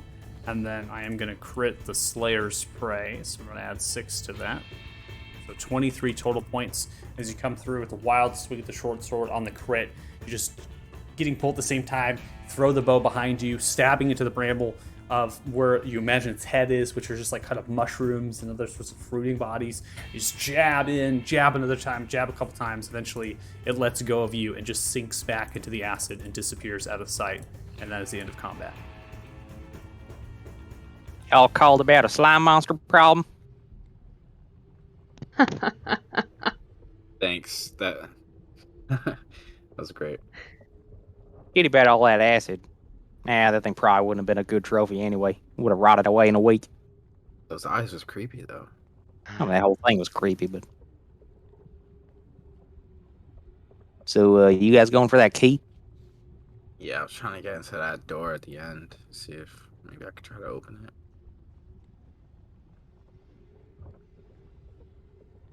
I'm following Reg because he's wandering off. If you want, I can keep an eye on him. I mean, Gonna I'm s- also follow. keeping an eye on him. Should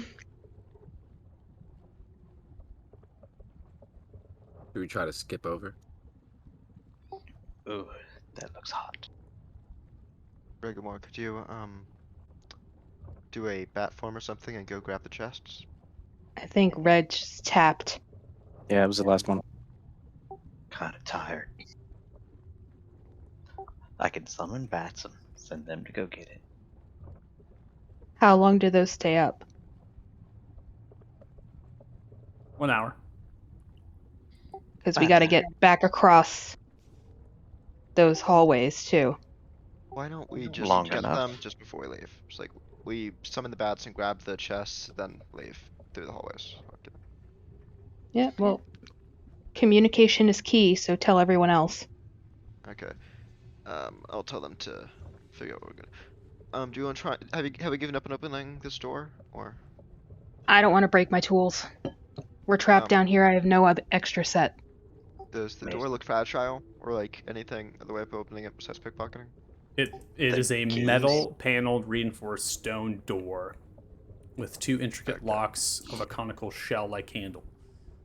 It is Oh wait, does it look like embedded it would take into the multiple stone. keys? It feels as if it would take both 2 keys. 2 keys. Would they be bronze? Would those happen to kind of somewhat match the shape of the keys in the chests over there? I can't tell you that from that distance. You can't. The keys are small. Would I be able to investigate keyholes to see if there's any residue of like what had been put in there previously? Could you stick your finger into the keyhole? No, like just And- using my eyesight, like seeing if it like looks damaged and if there's any like residue from, because like when you unlock a door, you're not exactly perfect every time. Sometimes you scrape. Yeah, I don't know, I'm I just think that you could. throwing it you out could- there. If you're trying to see if it's bronze, brass, right, the color of it. Yeah. Yeah, I mean that's fine. You don't need to make a check for that. You're able to put your finger in. It seems to be just a steel wrought iron key. Coming back to you with the blackish type. There's no bronze or brass or silver. All right. I don't think those keys open this door. There Maybe are they 4 open the chest. There are 4 keys. There's 4 like little ledges over there, like at the lava pool. Maybe they open those doors. Maybe. Did you guys already check those doors when you were flying across the first time and get them open? They locked? I tried to open the one when we got across, but it was locked. Mm. I was gonna do something, but then that creature came up on us. So on the south side of this pools of acid here, there are 3 portcullis-like gates, which are very similar to those you face. There's no metallic levers that are embedded into the stone nearby them. 2 solid stone doors without handles exist to the left and right. Adjacent to them are these 2-foot-tall stone bluffs or protrusions, similar to what you're on currently.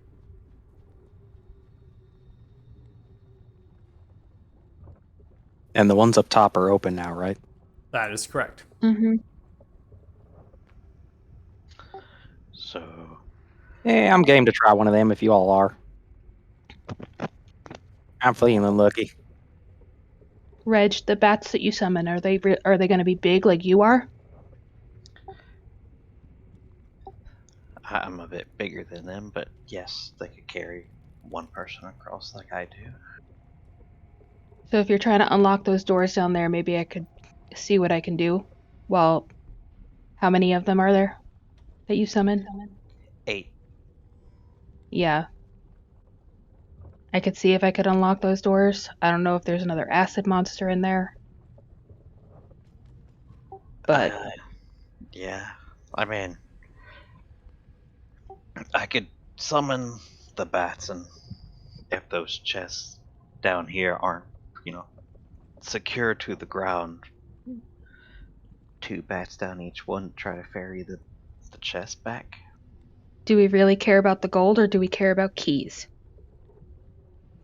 Fill your pockets. Yes.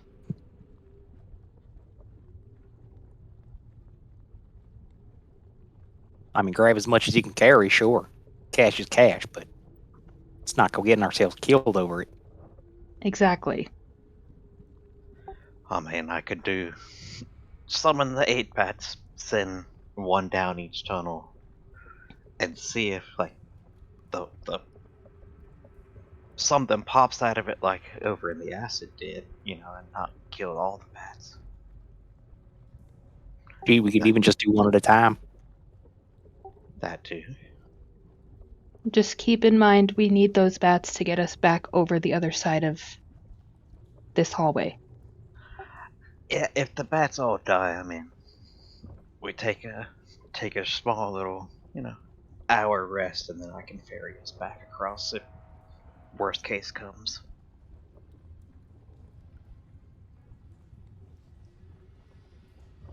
I'm down with that. Any objections? That sounds fine to me as long as everybody else is on board. If you guys are fine with it, then I have no objections. Reg will yell down the hall to Athala and Felix. Athala, Felix, you want a bat? Carrying device? Yeah. Sure.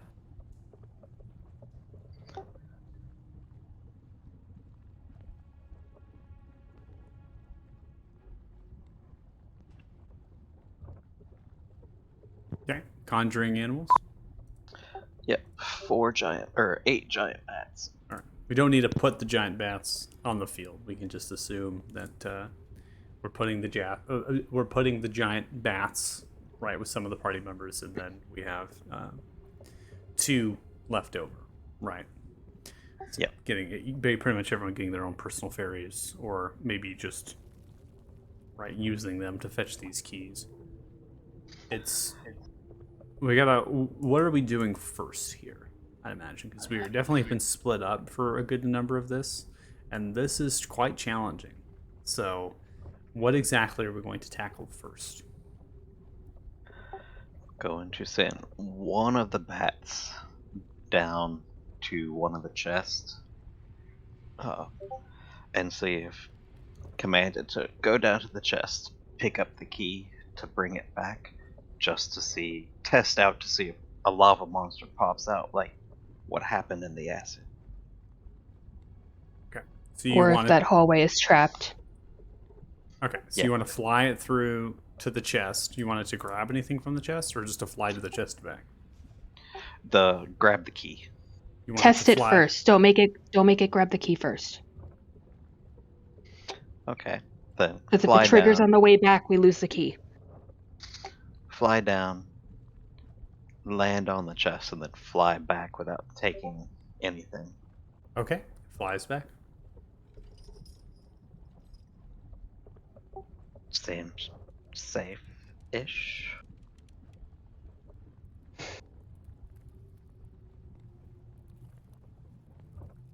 All right, so you want to fly it with one of us, and I guess we're looting a chest. I will give each person's bat the command to listen to their orders or commands. So you can, instead of having to go to each person, Bat, take them over there, get the chest, do whatever, bring them back. Actually, before that, just because I'm paranoid, I have another thought. Can you tell the bat to go over there, pick up the key, and put it right back down? Send the Bat, go pick up the key, put it down, and come back. It's went through the wall. Oh no. It's become ethereal. I didn't Alright. know I could do that. So you're having the bat fly over. Okay, so I'm gonna take control of it now. You're gonna have it fly over and then pick up the key and then put Yep. the key back. Yeah. As the bat goes to pick up the key, it immediately lifts it, and there is some sort of rumbling that begins to happen as the lava. I need you to make a sleight of hand check with the bat to put the key back.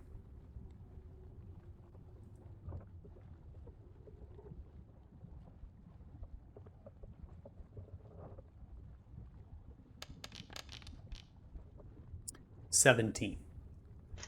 As you put the key back, the rumbling ceases. Only for the fact that the bat moved quickly enough to put the key back. So the key is actually inside the chest lock, right? The key is on top of the pile of gold that is in the Oh, chest. okay.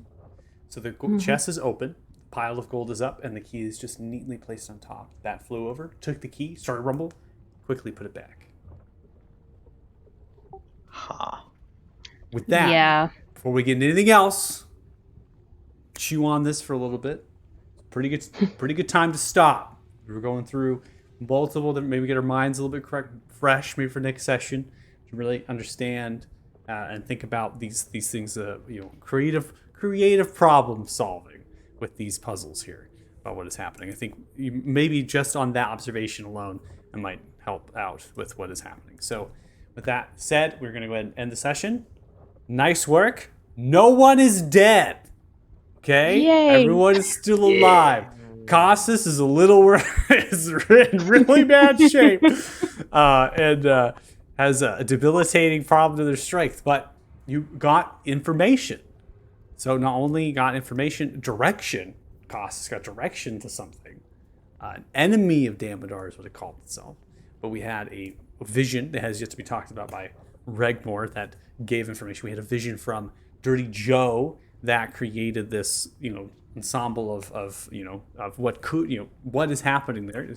This information alone is very valuable, right? I would imagine.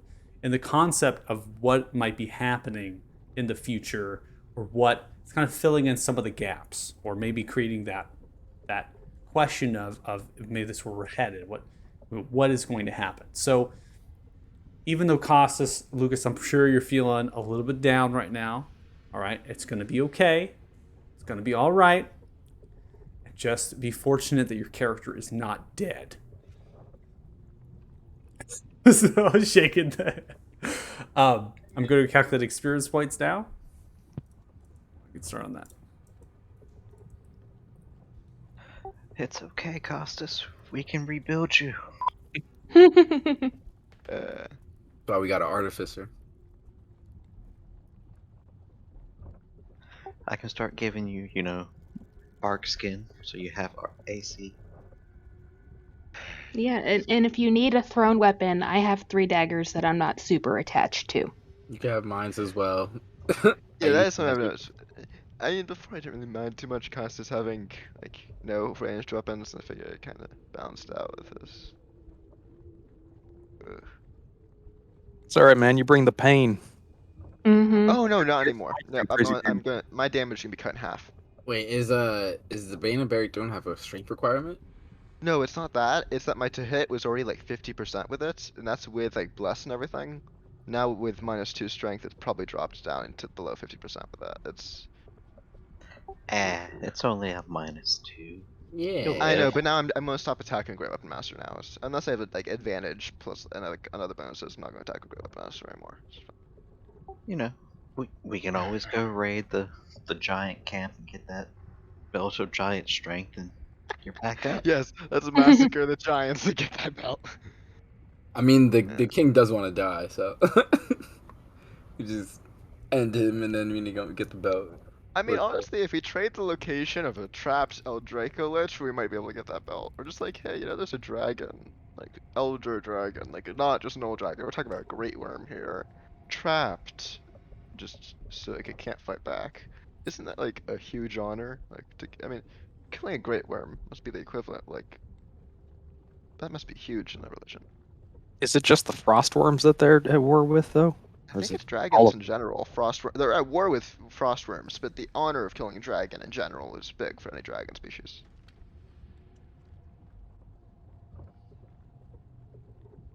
I think.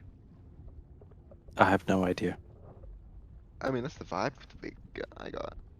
I mean, that would be a question for the god of this personal universe. Mm-hmm. All right, so we have 2,266 66 experience each. That's going to put you at 38,757 experience total. oh my god, so close to level 9.